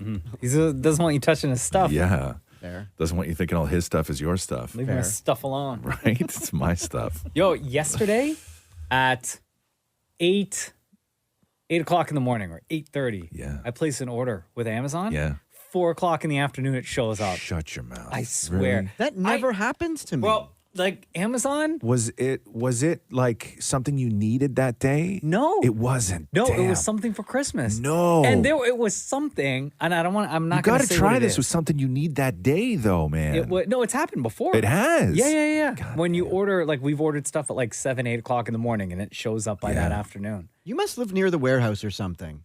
No, he just wakes up before noon every day, Maury. Warehouse. I don't. On the weekends. No, but that's my so these things, these 3 things that I ordered, right, Okay, were all okay. from like a YouTube video that I had watched the night before. Interesting. Right? Okay. Like it was a video on like Are gift they gift guide 2022. But are these things for you or are these No, gifts no, for no. others? Others, Okay, I right? got you. You're So I like was my like, Nana when watching the shopping channel. Yeah, I was like, oh, these are like really cool items, right? Yeah. That I think the person or people who I'm buying for are really going to enjoy. Okay. And they aren't like your typical brand name. You can go to any store and buy it. No. Because I'd never seen these products anywhere before. Does it make it, even though I'm sure these aren't like, super expensive or anything like that. No. But does it make them a little more special because they came within hours? Like to me, I would look at that and go, God damn, that's like, Yes. the specialness of that gift is now upped a little bit. Yes. And I'll tell you why. Because these aren't, like I said, brand names that you would find like if you go to any given store, right? Interesting, yeah. Like these 3 items, 2 of the brands I'd never heard of before. But Amazon in Canada, at whichever warehouse is closest to where I live, they friggin' had it. See, now it sucks that you're talking about presents, though, because now I sort of definitely need to know what it was that you ordered. And I know you can't say it on the radio. No. Damn. No. Why do you need to know? I just need to know. How do you know it's not something that I bought for you? Interesting. I don't. How do I know that it's not, right? Is it? Maybe. Could be. He's going to tell you. Could be. Is Maybe. it? Will Perhaps. I love it? Will I love it? Of course you will. Will I? So 'Cause I is know it? you. It's for me. I don't know. You don't know. You just Maybe. admitted But it, I saying that believe yes, you do. No, I'm you'll just love saying- it. Of course you would. Yeah. No. You said, of course, I will. Yeah, that's what you said. You You completely didn't say outed would. yourself. Yeah. So it is for me. I don't know. You just came on. You just started telling a story about it. What a troll you are.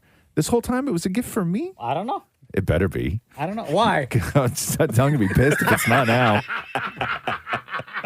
The Roz and Mocha Show podcast.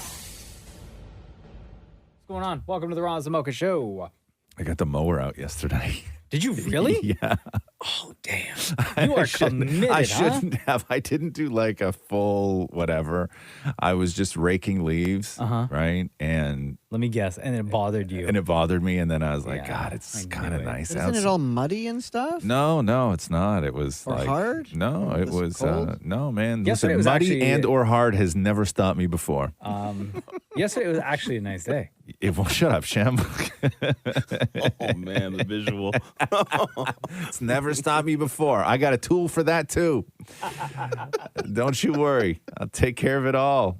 Yeah, and then I saw, because there's no leaves on the tree, so I don't have any privacy anymore, right? Oh, yeah. In my yard. And then I saw two neighbors just sort of walking up the street, and I saw them at the corner of my, and then I shut the mower off because I didn't want them to think I Judge was you? nuts. Yeah. Yeah, but they'd be able to hear. Yeah, I know. That sound but travels I know, like but crazy. You don't know where it is. Like, it's all farms around me, right? So it's like it could be anything. sure. We're all used to the noise. I saw a guy on Saturday. He was mowing his lawn. Crazy. I was like, I mean, oh, it's too late. Like, the lawn's not going to grow, right? Like, it's way too No. late to be mowing a lawn. But I was Yeah. just like, let me just get the feel for it But again. you don't like. See if I still got my techniques. Here we go, dad talk here. Yeah. But you don't like put the mower like away for the winter. Like you drain the oil, drain the gas. No, I was using the battery one. Oh, my okay. cleanup, like my Okay, cleanup. gotcha. If you want to get the feel, isn't there like a video game you could do, like a simulator? No, there's nothing that. Come on, Maurie. No. You got to get in there with your hands. You got to feel it. So how long? Oh, I was out there for about 40 minutes. Yeah, just taking care of leaves. Wow. I was just taking care of leaves. It was all good, right? It was good to get outside. I was totally fine. I'm like, yeah, man, like let's do it. Also, I did it because Catherine wasn't home. Oh, okay. Okay, right? Yeah, because you can't do that while Catherine's Because then home. she just have all these questions. Bro, it's like freezing cold. I'm out there in a Canada Goose. Yeah. Okay, with the lawnmower. Yeah. Like, it's ridiculous. It makes zero sense whatsoever. And I don't want to have to explain the stuff that I do that makes no sense. Because how do you? You can't explain it. You can't explain it. There's Like, zero explanation I- as to why in December you were outside mowing the lawn. And if she says why, the only answer I could have is not going to do me any favors, because realistically, the only answer that made sense was, I don't know, I miss it. Bro, you need a hobby. Right? I swear to God. I don't know, I just kind of miss it a little bit. Yeah, no, that's you need a hobby, sir. That is my hobby. Oh, you need like a winter hobby. Come on now. What am I going to ski? The Roz and Mocha Show podcast.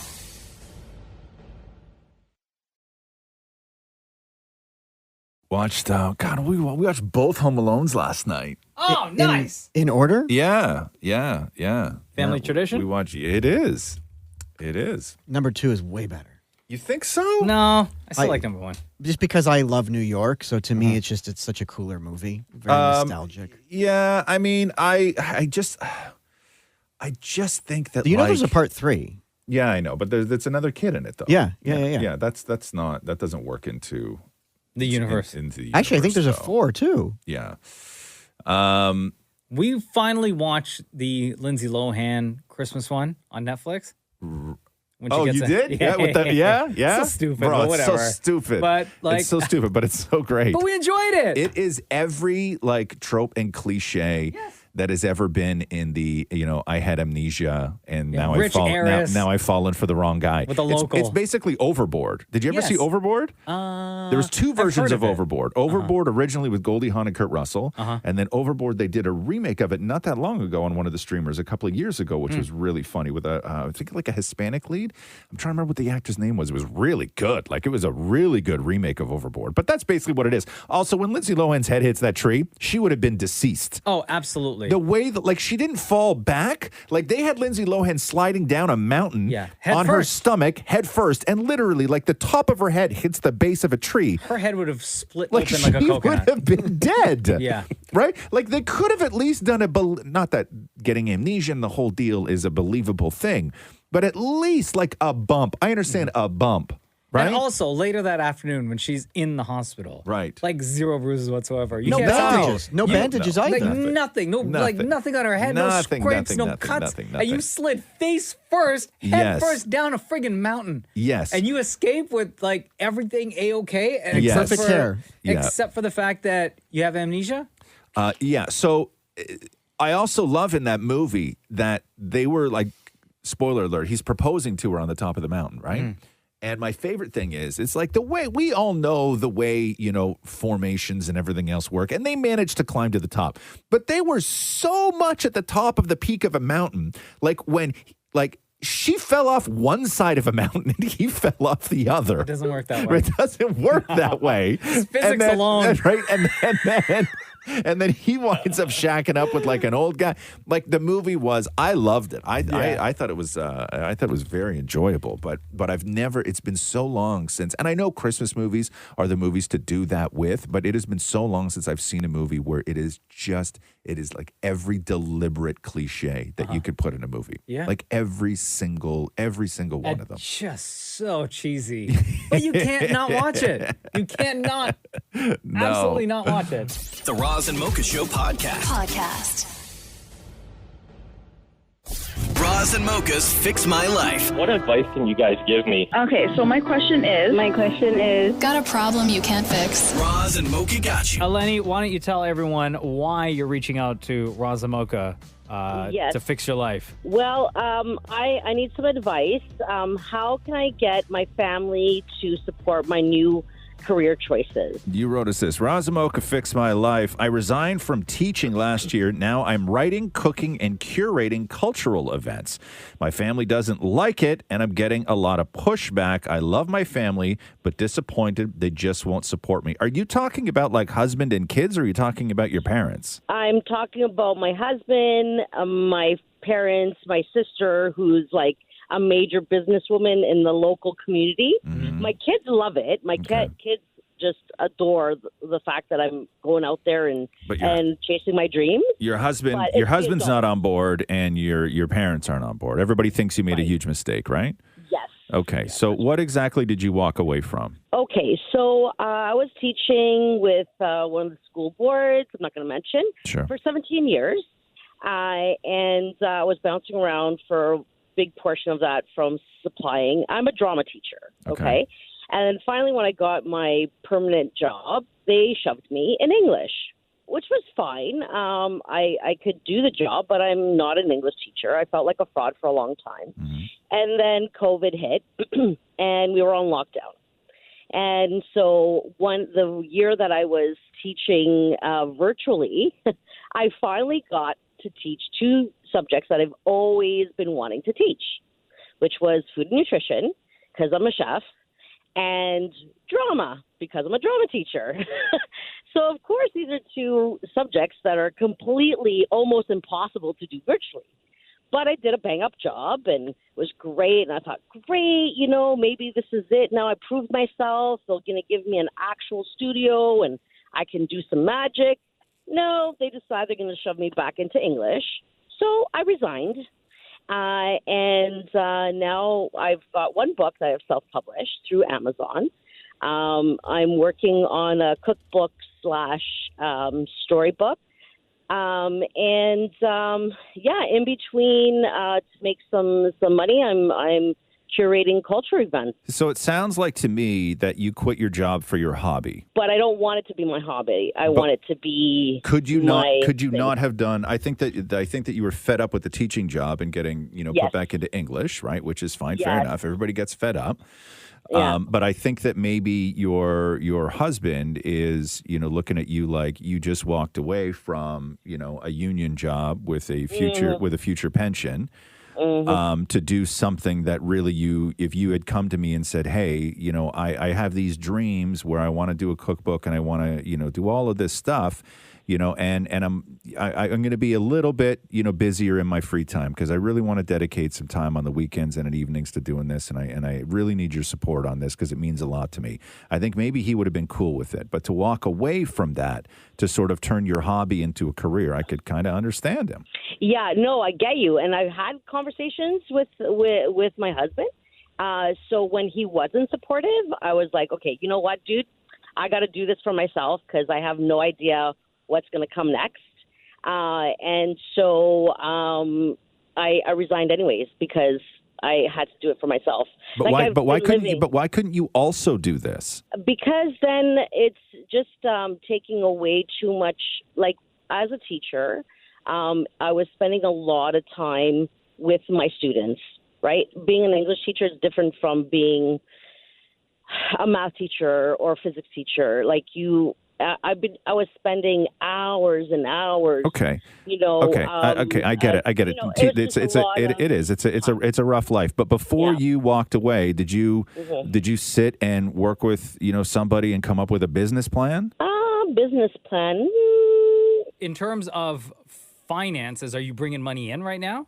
Well, I got a nice chunk of change from my, what do you call it, the pension, teacher's pension. Yeah. No. No. But from what you're doing now for a living. Yeah. As much money? As much money? It's not that much, really. Honestly, this myth that teachers make a load of change. Oh, sorry, I shouldn't have said that. That's fine. A lot of money is a myth. I'm sorry. Like, I don't know. I think your husband's concern is the fact that you're kind of all over the place right now doing like 3 different things, and the return on it, it's not what would be expected. I think that when you have plans, if you're going to make drastic changes, you need to have a rock solid plan when you have kids. When you have kids, you can't just willy-nilly quit a job. You can. Believe me, you can. It's not smart. Yeah, you need to come up with a plan, girl. It's not smart. It's to go into all of this without a business plan. It's not smart.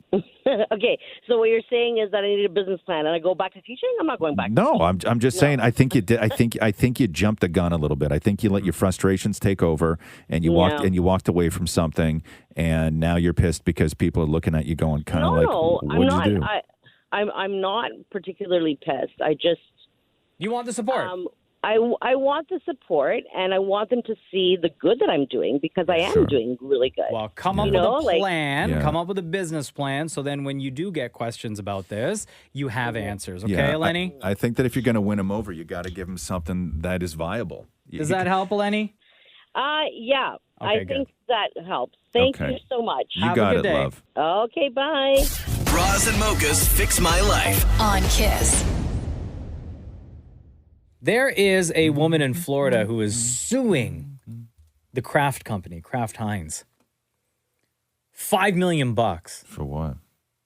Saying Get burned? Advertising on their Velveeta microwavable mac and cheese is deceitful. Why? That it has no cheese? Mm-mm. Oh. She says that it's false and misleading because on the packaging of the Velveeta mac and cheese, it says it's going to be ready in 3.5 minutes. But she says it takes longer because not only do you have to microwave the item, you also have to take off the lid. You have to add water. You also have to add the sauce. Oh, for God's sake. And then you also have to stir. I don't know how anybody starts a business in America. I really don't. No. Like, it is $5 million because the Velveeta mac and cheese takes longer than 3.5 minutes because you have to put it together yourself. Mm-hmm. And I think that realistically, we all know when we see something that says fries will be done in 10 minutes, that's oven time. That's not the time it takes me to go to the freezer. But you know that because of this, they're going to have to change the wording on the pack. McDonald's had to do that when somebody sued because it was hot. So on top of the $5 million, here's what this woman in Florida wants to do, or wants Kraft to do. Yeah. She requests that they, quote, be ordered to cease its deceptive advertising. I'm just so busy. And be made to engage in a corrective advertising campaign. Yeah. She also claims that Kraft is reaping the benefits of false advertising, saying that the food item is being sold at a substantial price premium since Kraft knows its customers trust the brand. Okay, so $5 million because on the Velveeta mac and cheese, I mean, I know in life packaging it says 3.5 ready in 3.5 minutes. You need lawyers in life, right? Like you really do. There's times when you need a lawyer in your life. But in the U.S., they always win these cases. No, they don't. Like, could you imagine the lawyer that has to take on this case? No, it's not the lawyer that has to take on this case. Are you kidding me? Lawyers line up for stuff like this. I know, but still, it's like they love this stuff. You're busying your day with this. Yes, let's go after Kraft. Scandal. But the crazy thing in all of this is that 2 people minimum sat in a room and said, okay, so we're going to go after Kraft here because they're saying that the mac and cheese takes longer than 3.5 minutes. And we all know that that's a lie because you have to put the contents of the packages in together before it goes in the microwave. Don't forget, before you do all that, you got to open the lid. You have to open the lid as well. Let's not forget that. Carpal tunnel.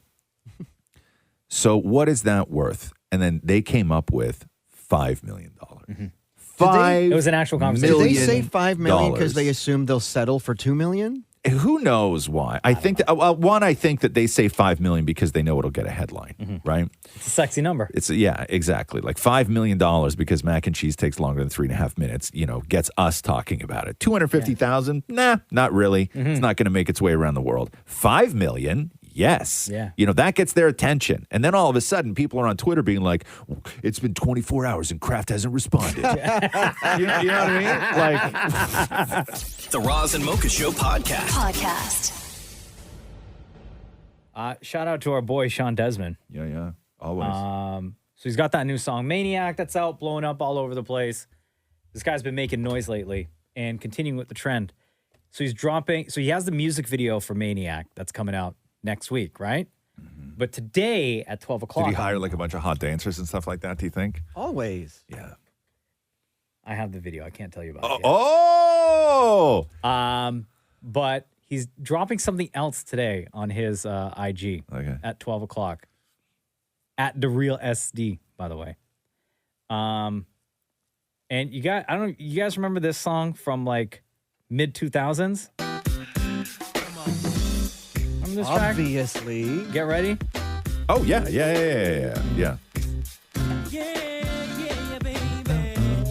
Friday night at the crib. Thinking about the club we gonna hit. Maurie knew exactly one word. Yeah, I love this one song. word. No, one word you knew. Friday. Not even the whole thing. Come on, sing it more. Like, the ladies in the club are get ready. Come on, get in and get in it. No, wrong. Okay, so the reason love why this I bring song. up, Huge fan. No, number one fan over here. Huge fan. No, all the words, all of the songs. I'm a big fan, guys. Huge fan. So he's getting ready for Christmas, and he did like a remix of this song. Yeah. And he Oh, that's actually dope. got Santa to appear in the video. Really? Yeah. Busiest time of the year for That's Santa. amazing. Right? But did he rewrite it to be Christmassy? Listen to this. Come on now.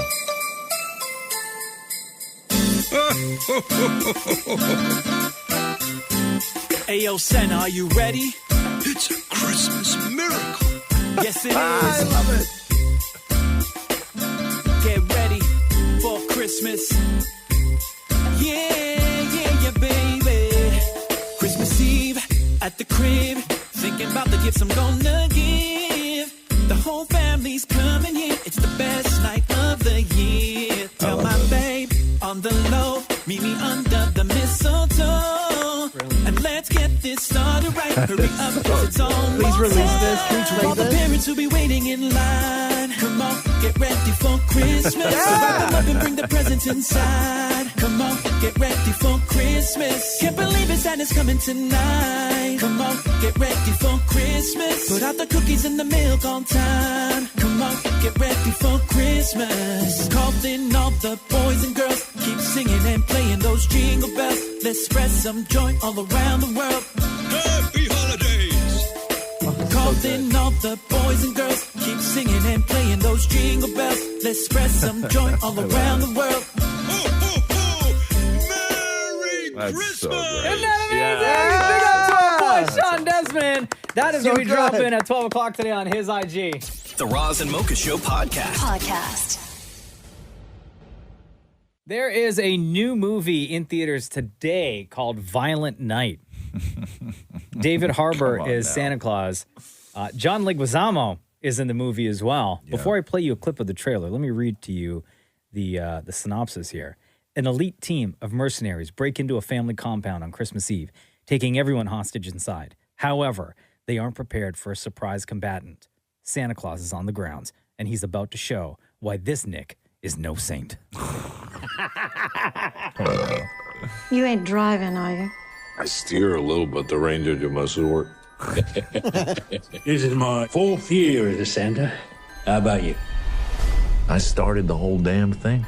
Welcome to your worst Christmas ever. Let's go!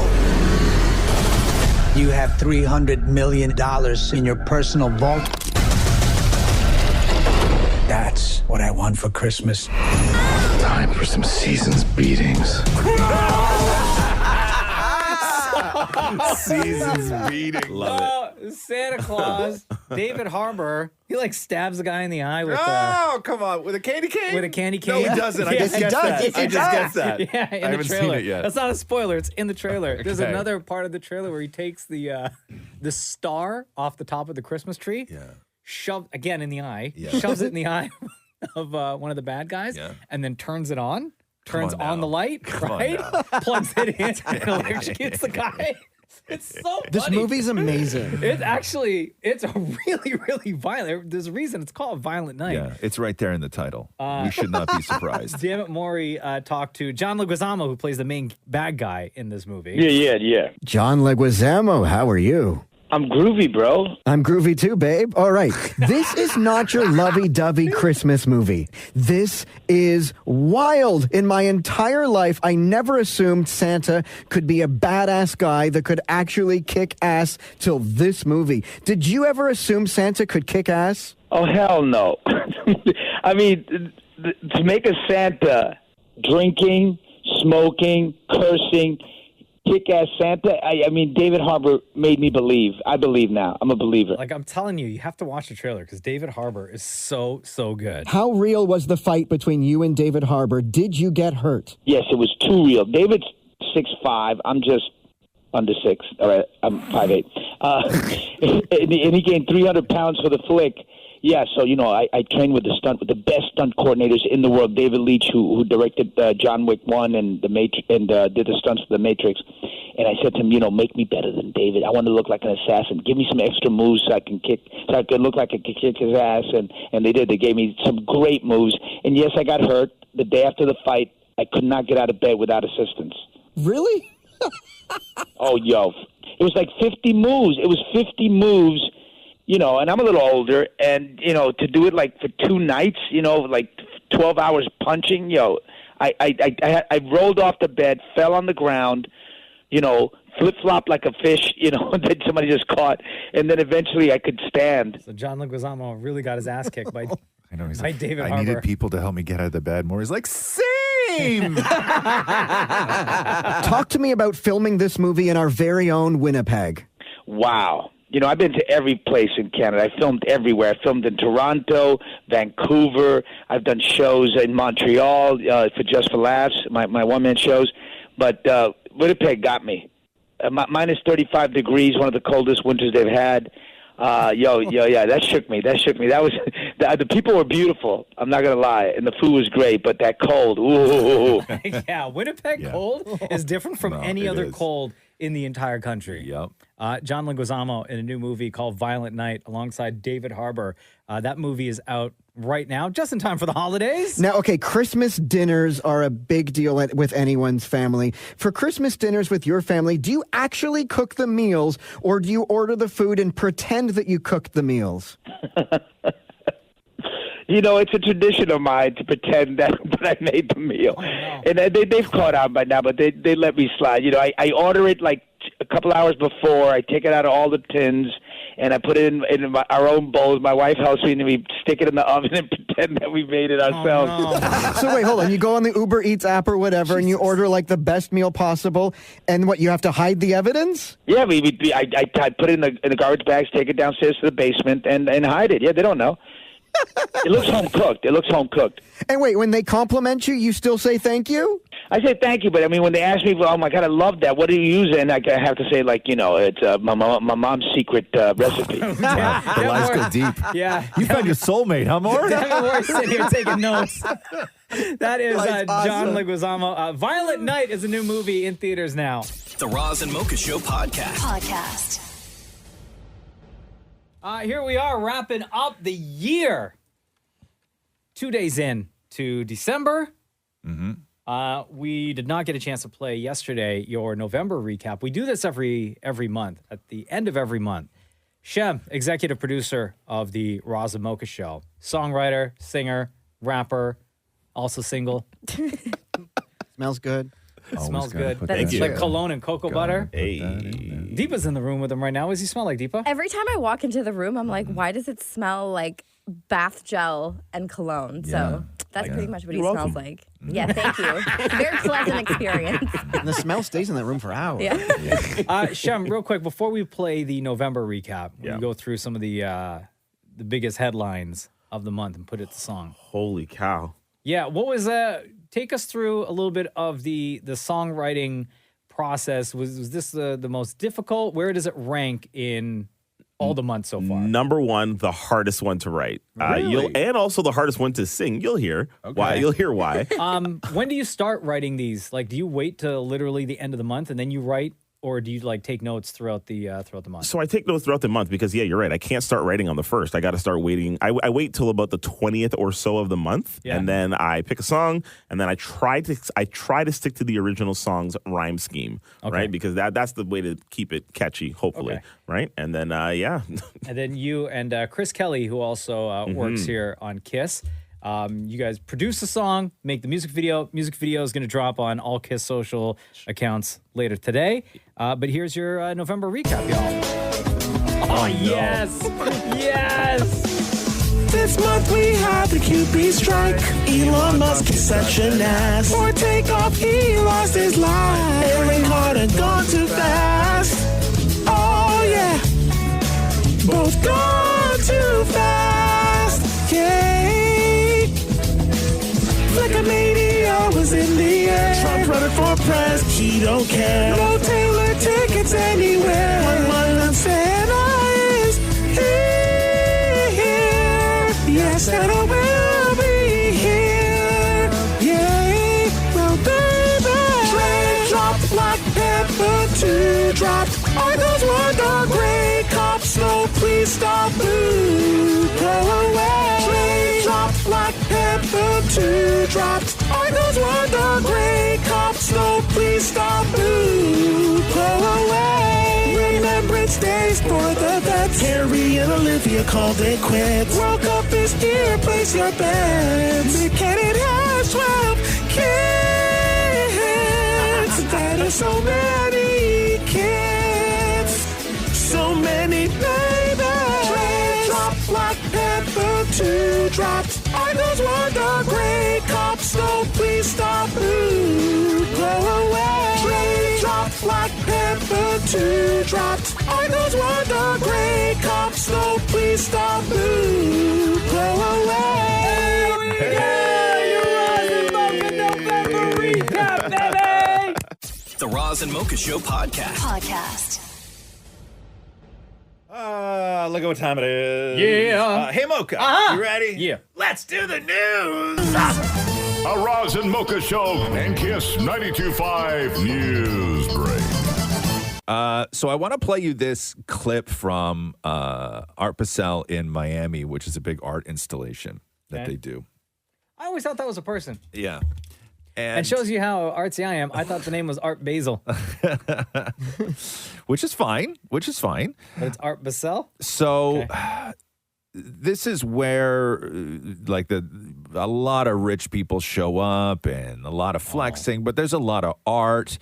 And what is in there now, aside from everything else that's in there, all the other sort of, art pieces that are in there, there's an ATM in there.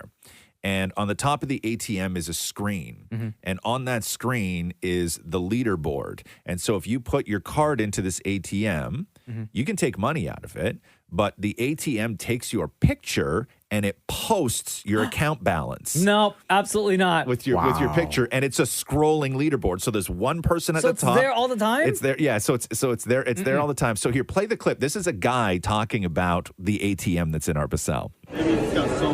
This is an ATM where once you put in your debit card, it'll take a picture of you, and it'll put your bank account balance on the leaderboards, and it'll rank you among other Art Basel guests to see who has the most money. Currently, number one is $2.9 million. Oh my God! It goes all the way down. I've seen it all the way to like number 79 with $0. A couple of people have $0, but it is just insane. It's a really popular ATM here, as you can see.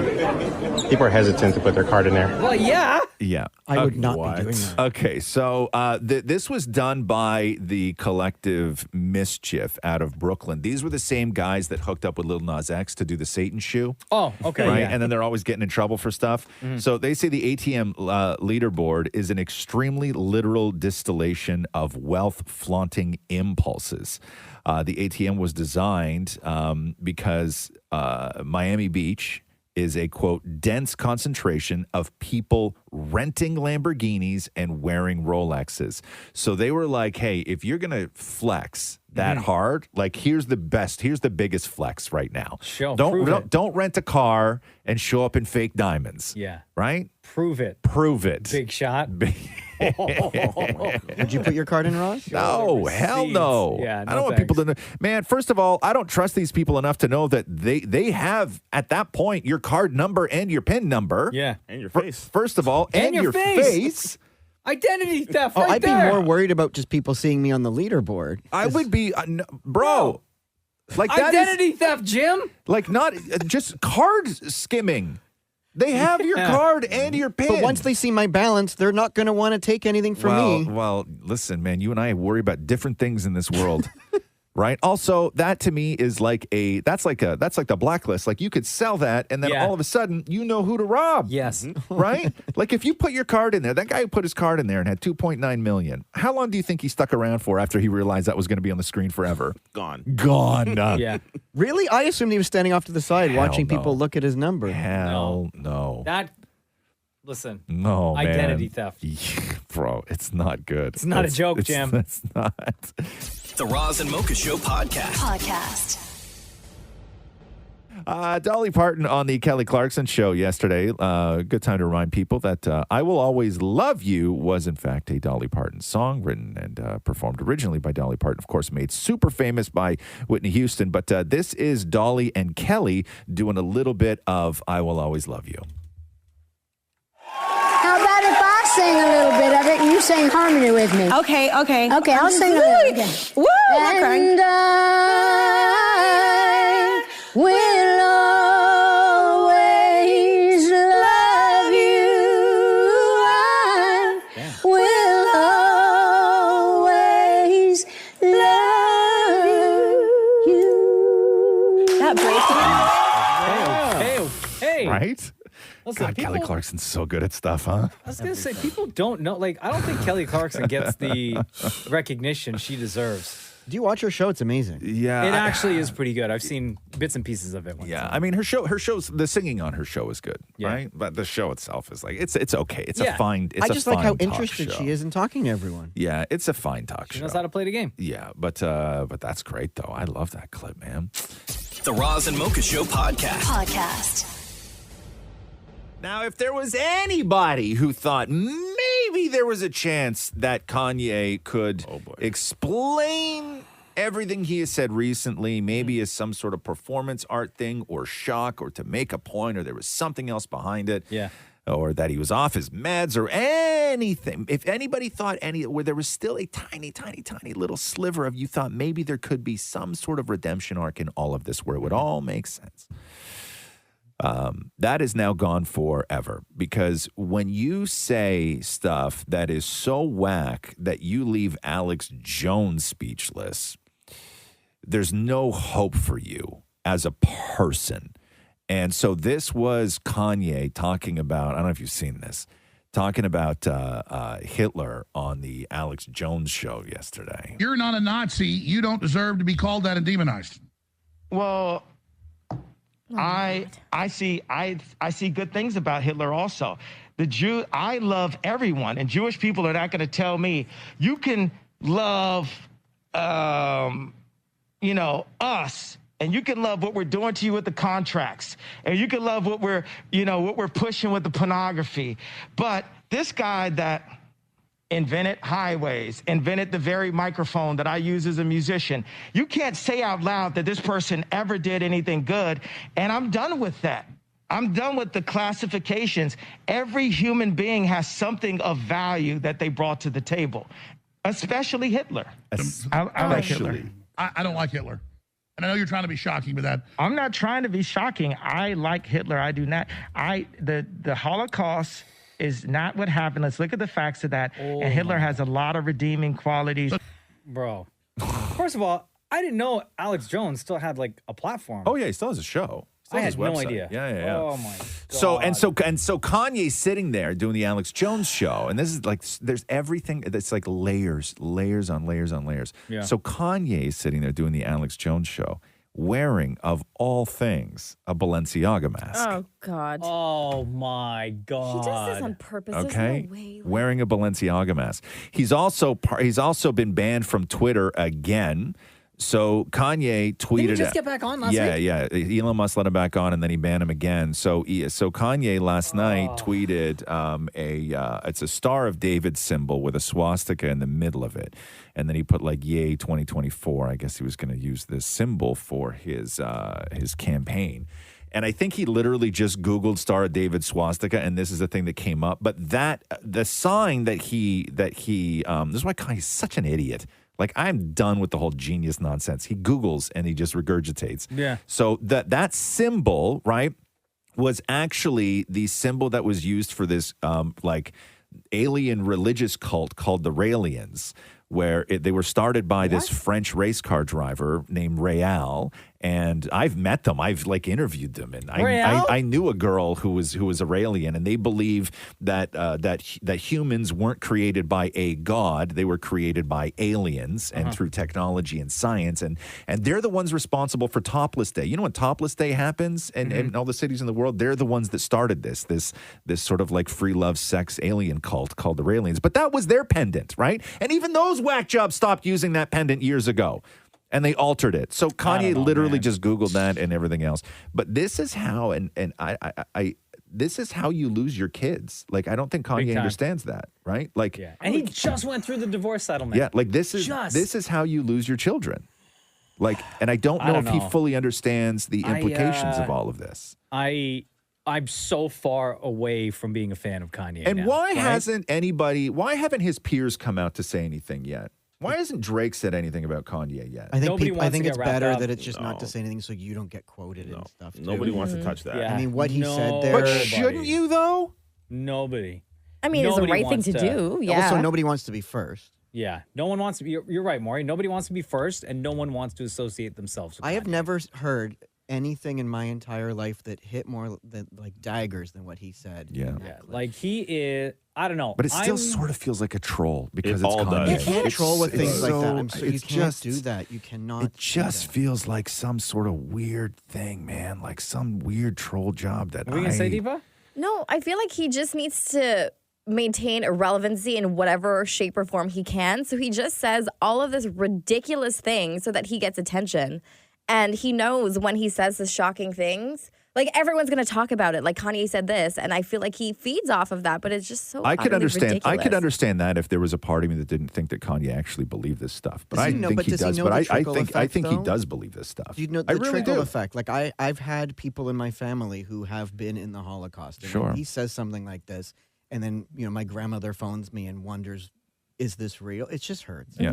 You know, I feel one last thing. I just have this terrible feeling that something is going to happen to Kanye West, and it's not going to be a shock to everybody if and when it happens. I think that there's going to be a point where Kanye West is going to level out again, and he's going to come back and he's going to try and justify it. The Roz and Mocha Show podcast. We can do either the Guardians of the Galaxy, a bit of that trailer, or the new Indiana Jones trailer. No, Guardians. Guardians? Okay, so because Guardians 3 comes out next summer. Yes. Oh, that trailer looks so good. I know, the Indy one is really good too, though. Okay, so here's a little bit of the Guardians of the Galaxy. We were gone for quite a while. But no matter what happens next, the galaxy still needs its Guardians. Yes. Hello, we come in peace.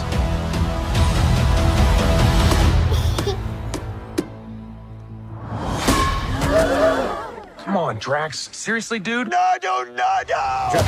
Drax throws a ball, and it hits a kid in the face. Right. Anyway, this is the new Guardians, the final Guardians movie, by the way. And I think they go back and do Rocket's backstory. So you see Rocket before he was turned. I think that I don't know. Just by the trailer, it looks like a very it's action-packed. Yes. But it's also going to be a very sad Guardians. Yeah. And funny. movie. Which I'm fine. I'm fine because that Christmas special they put together was beautiful. Oh. It was really beautiful. That Yeah, I Christmas liked it. special. Okay, It was Indiana Jones. awesome. Indiana Jones. Okay, Indiana do Jones Indiana real quick. Jones. So this is Indiana Jones. Fighting Nazis. Back to the Nazis. I miss the desert. I miss the sea. So this was his dude talking. Remember, Indy had that partner. Yeah. Right. Yeah. His Arab friend. This is him. And I miss waking up every morning, wondering what wonderful adventure the new day will bring to us. Those days have come and gone. Perhaps not. Is that Indiana Jones? Here we go. Ready? I don't believe in magic. There we go. That's Indy. But a few times in my life, I've seen things I can't explain. Oh man, he sounds old. And I've come to believe it's not so much what you believe.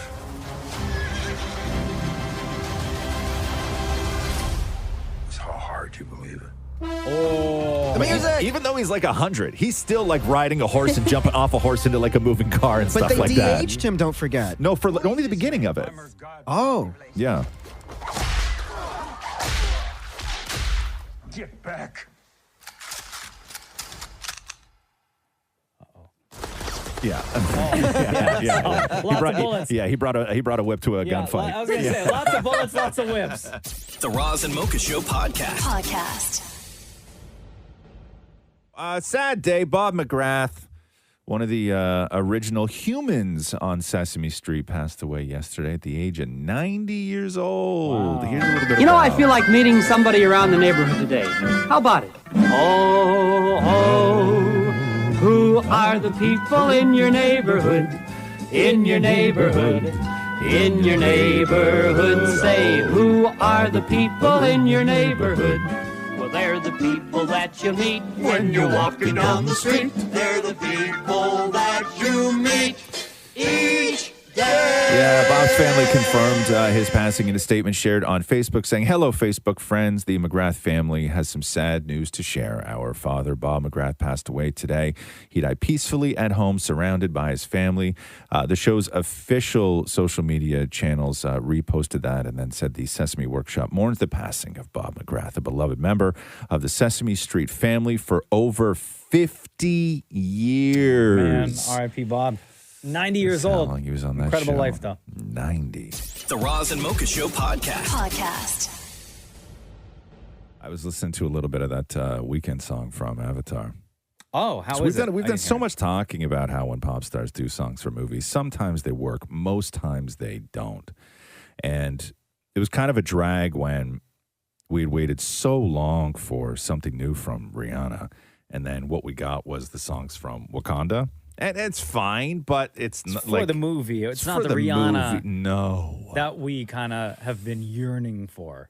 Yeah, and I don't What's think this new the Weekend one like. I didn't. No, I really? don't know. Because Did for you hear- Avatar. you haven't heard this? No, you heard What is it? It's Avatar. People of Ava- Water. It's Water and Avatar. People? Yeah, it's Avatar. Water is delicious, is what the movie's Is it called. really? Oh, Yeah. water?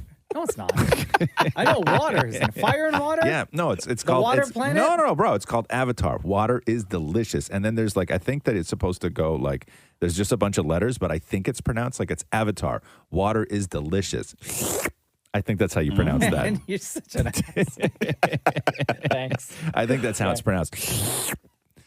Okay. You So wanna- what's the Weekend song? What is it actually called? Do we have a title? What, Avatar? No, the yeah, song. It's Water's delicious.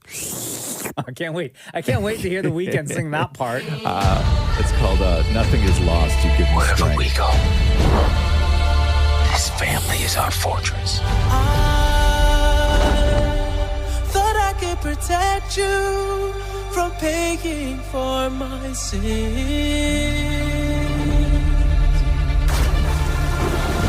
You give me strength.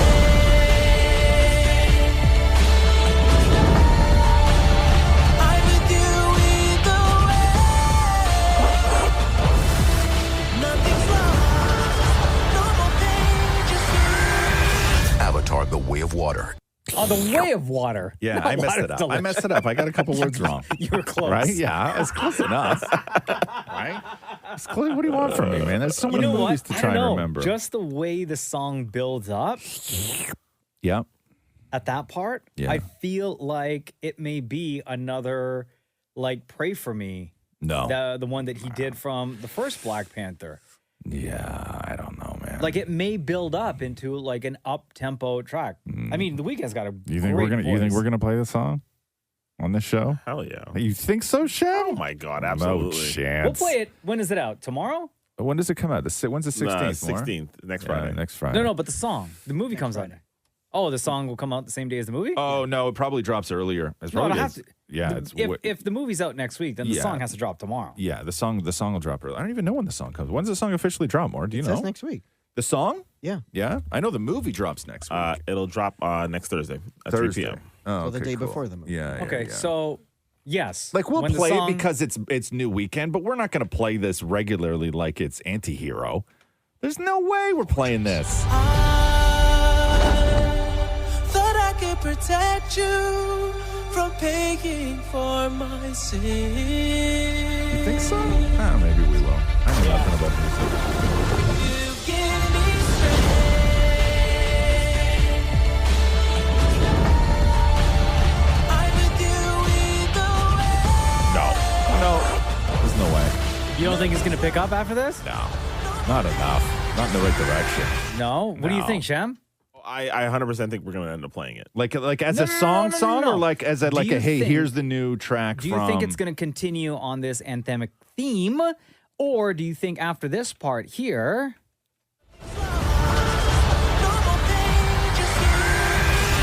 like, do you think at that point, like the production kind of picks up, the beat picks Like it up? turns into a pop song? I think it's going to pick up, and then I think at the very end of the song, it's going to go. No, I don't think it picks up at all. No, me neither. I'm with you, Maury. I'm hate all totally of with you, man. Thanks. The Roz and Mocha Show podcast. Oh, so Netflix kind of took it on the chin last week over the timing of the release of that Meghan and Harry docuseries trailer, because it was released when William and Catherine were in America getting like an award. And they felt that Netflix released it intentionally to sort of overshadow the sort of goodwill that they were doing. William and Kate? William and Kate, Yeah. sorry. That they were trying to overshadow the sort of sibling and amp up the sibling rivalry, even though William was here to like get some, I don't even like humanitarian award or something like that. Like it was a kind of lowball move. Like he needs more awards. Yeah. So, but then what has happened now is there's a part in the in the trailer for the documentary where Harry says this. So, I had to do everything I could to protect my family. I had to do everything I could to protect my family. And at that moment, there's a black and white shot of like a swarm of paparazzi, like stacked on top of each other, all trying to get like a shot, right? The problem is that picture that's used when Harry says, I needed to do anything to protect my family, then they show this swarm of paparazzi. Yeah. The problem is that swarm of paparazzi was from a picture from 2011 at the premiere of Harry Potter and the Deathly Hallows Part 2. Oh, what? So was Meghan even in his life at that point? No, they hadn't even met yet. So why are Netflix using that picture? So there's a photographer who's in that crowd. Yeah. A guy named Doug Seberg, who said that for a picture from that premiere to turn up in this trailer about Meghan and Harry seems like lazy picture research. Yeah, big So time. I guess they just went looking for, like there's But no... is Harry even, are they even taking a picture of a royal? No, they said there was no royals there. So Oh, it's so just this is a random So they picture? just picked a stock photo of a big paparazzi crowd. Yes. Any photo. Yes. And the only Harry is Harry Potter. And the only Harry is right. Yeah, exactly. So they go. They typed in Harry. Paparazzi Harry is what somebody probably Googled. Shem, you are absolutely accurate. And this is what came up. Now, is there just like, because I guess that a shot like that doesn't actually exist in the world of Meghan and Harry. Right? They've never been somewhere where that many people have showed up to take their picture if it's not like a red carpet or whatever. So now everybody is like, okay, so what else is stock from the documentary? You're a liar, Harry. But it's such an iconic shot. But it's such a pivotal moment from that trailer, right? Like, it's actually quite, like, you get it. Like, when he says that line and they show that picture, you're like, I get it, man. I get it. Like, who wants to live that life? Right? But he's not living that life. But they didn't. That's 2011. They hadn't even met yet. Liar Levioso. Right? Harry. Damn, man. Anyway, maybe I care too much. I don't know. Yeah, that's right. A lot of time, bro. The Roz and Mocha Show podcast. Okay, so who has not decorated their house yet for the holidays?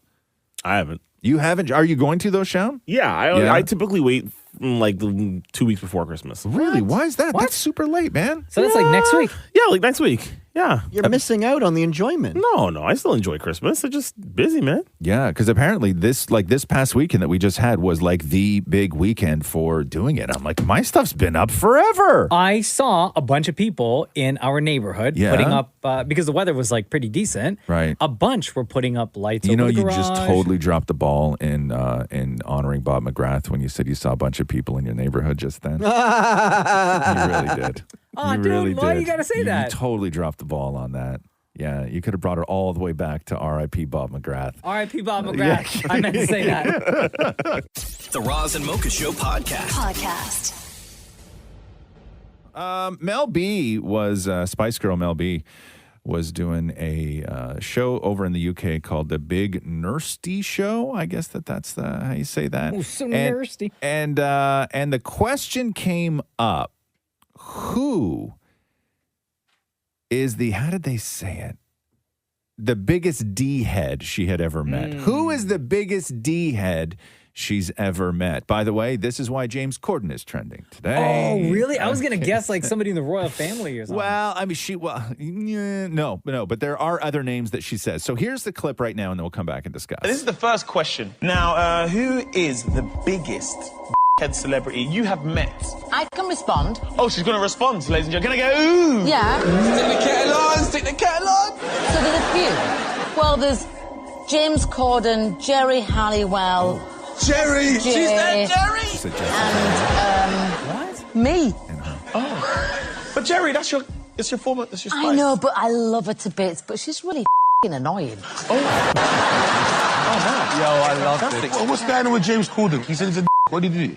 I mean, I think you always have to be nice to the people that you work with, whether it be production, camera guys, sound, lighting. We all work for the same thing, so you should always be nice. I respect that. No more. And he hasn't been very nice. So that will not be a shot taken. Can we get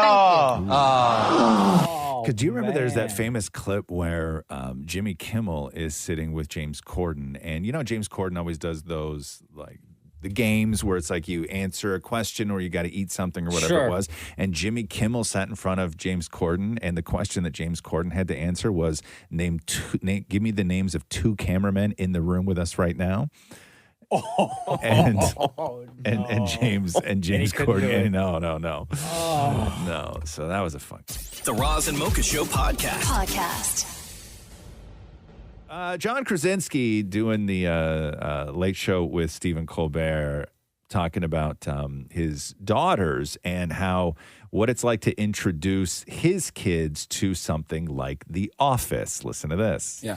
Did the kids have they watched The Office? Because my kids, who are in their 20s, they love The Office. Your kids are somewhat younger. 8 and 6. Yes. Yes. And have they started watching The Office? They literally just started watching The Office. And by the way, I showed them one episode. Their actual quote, we were driving, and from the backseat I heard, "So what's the deal with this Office thing?"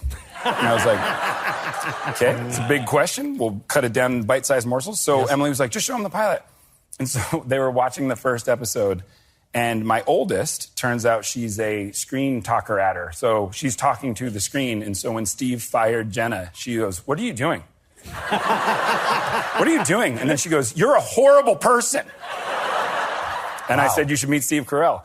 Anyway, did you see that? I saw that, yeah. And then my 6-year-old kept asking, is that you? And I said, yeah, it is. She goes, you look very different. And I was like, okay, I'll try not to take that as a hurtful thing, but sure. And she goes, you look very different. And I said, no, that's me. I'm just playing a character. And she went, that's not you. Watched 2 more episodes being like, that's not you. The guy looks a lot like you, though. Because they don't know what I do. And They think you work at an office? I think so. And the reason why I think that is I was walking them to school one day, and this guy came up, and he was very nice, and he came up and he went, John, from the office. And I went, yeah. And he goes, oh, my God, it's so good to see you. And I said, thanks. And we kept walking, and she said, so do you work with him? And I went, no. And she goes, why are you lying to me? And I went, I'm not lying to you. And she goes, no, he just said he knows you from the office. I know. It's going to take them a little while to understand. The Roz and Mocha Show podcast.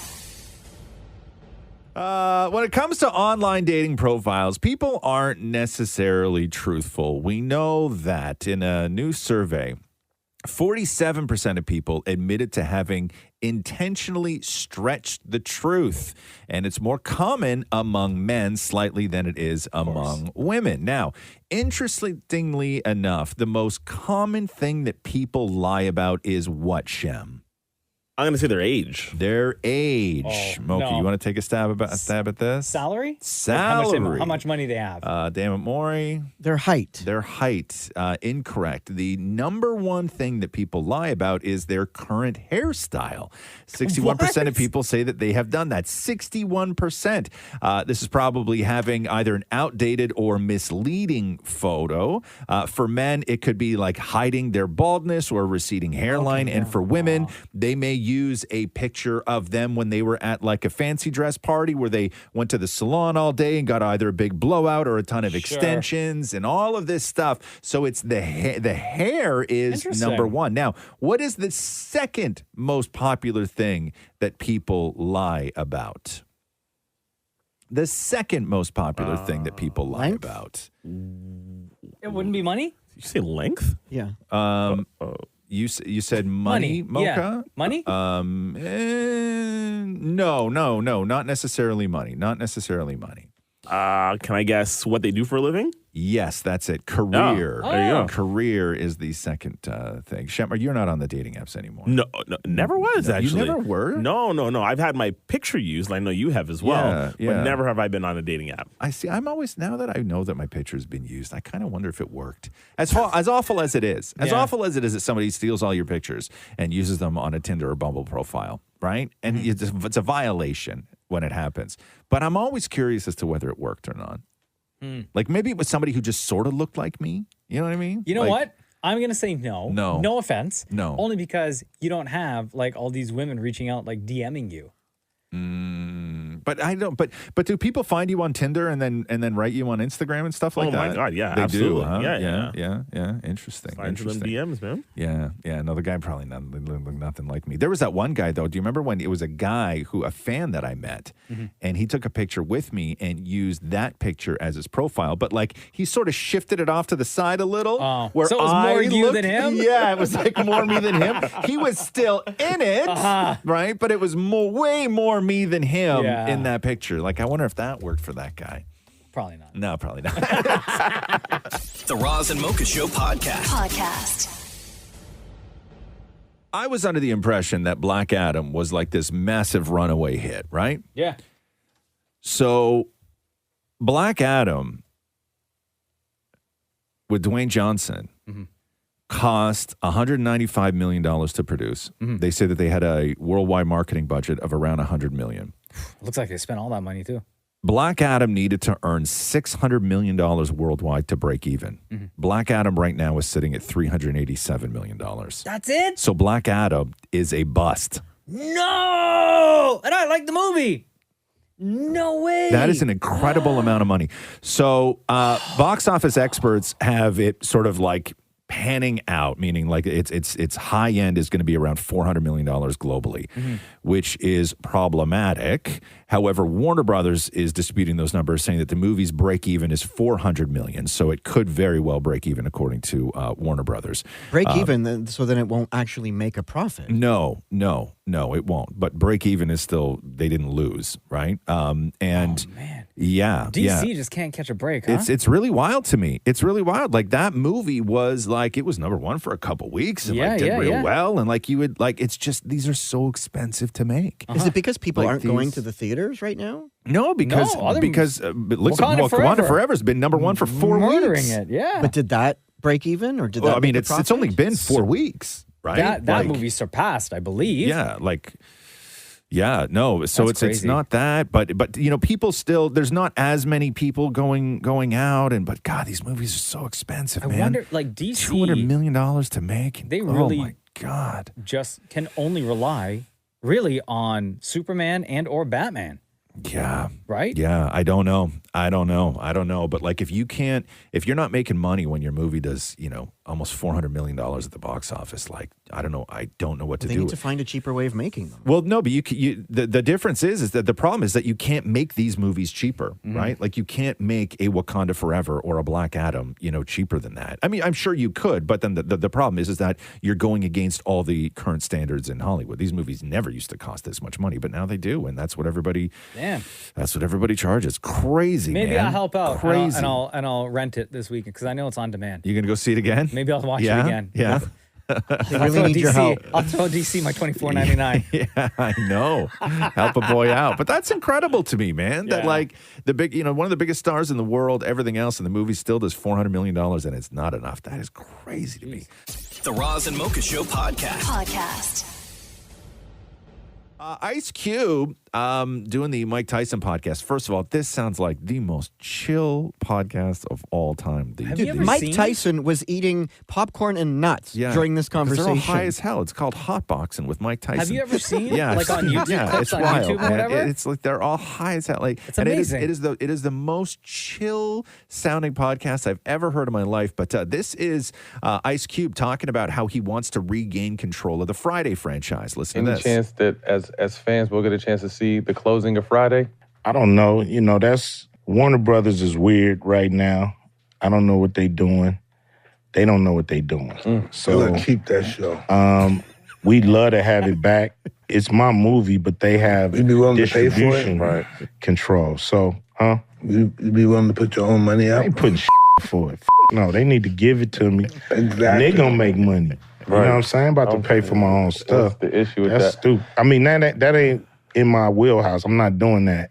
You know, they need to do the right thing, get it to us, let us turn it into more money and make the fans happy and people will have a good time with the series. You know, we could do a lot with it. I don't know. I feel like Mike Tyson sounds like he's on the Slow-Mo podcast. Yeah. Right? Like he sounds like he's slowed down. My favorite is Mike Tyson asked a question and then the response was, huh? Yeah. No, man. You can't understand what he's saying. Has it been too long since the last Friday movie for people to like fully get the franchise? So here's my question for you. Has it been too long for you? It has been. It has been? Yeah. Yeah? Like I'm good. Because Like you're the that- fan base. You're the fan base. The Shem, has it first- been too long the for first you? movie- Way too long. The Yeah? first movie was like hilarious and is an instant classic. But anything after that, like they were funny, but I think too much time has passed. Yeah. The world was was 1995? No, 2002 was the 2002 last one. was the last one. Yeah. Yeah. Yeah. Well, 20 years. Geez, I mean, it's But a long I don't know. time. Like Ice Cube, maybe he's got like a great idea. Maybe he's not even thinking movie. Maybe he's thinking show for a streamer. Sure. Right? Something along those lines. I think maybe that's sort of the way that the world is, going right now is I don't think that you could rely on Friday getting massive theatrical box office, but maybe you could. I mean, geez, man, like Tyler Perry movies still kill at the box office, right? Like they really do. That's who DC They really needs do. to hire. DC, if they want to help out their franchise, hire Tyler Perry. Well, I mean, he shoots his movies in 25 days, right? Yeah. They cost, $15 million, and they do $100 million at the box office. Like, that man is all profit. He's got a He's formula. all profit, right? He's got the perfect formula. Yeah. Thanks for listening to the Roz and Mocha Show podcast. Catch the guys live Weekday mornings from 6 to 10. on Kiss 92.5 Kiss925.com. or download the Kiss 92.5 app.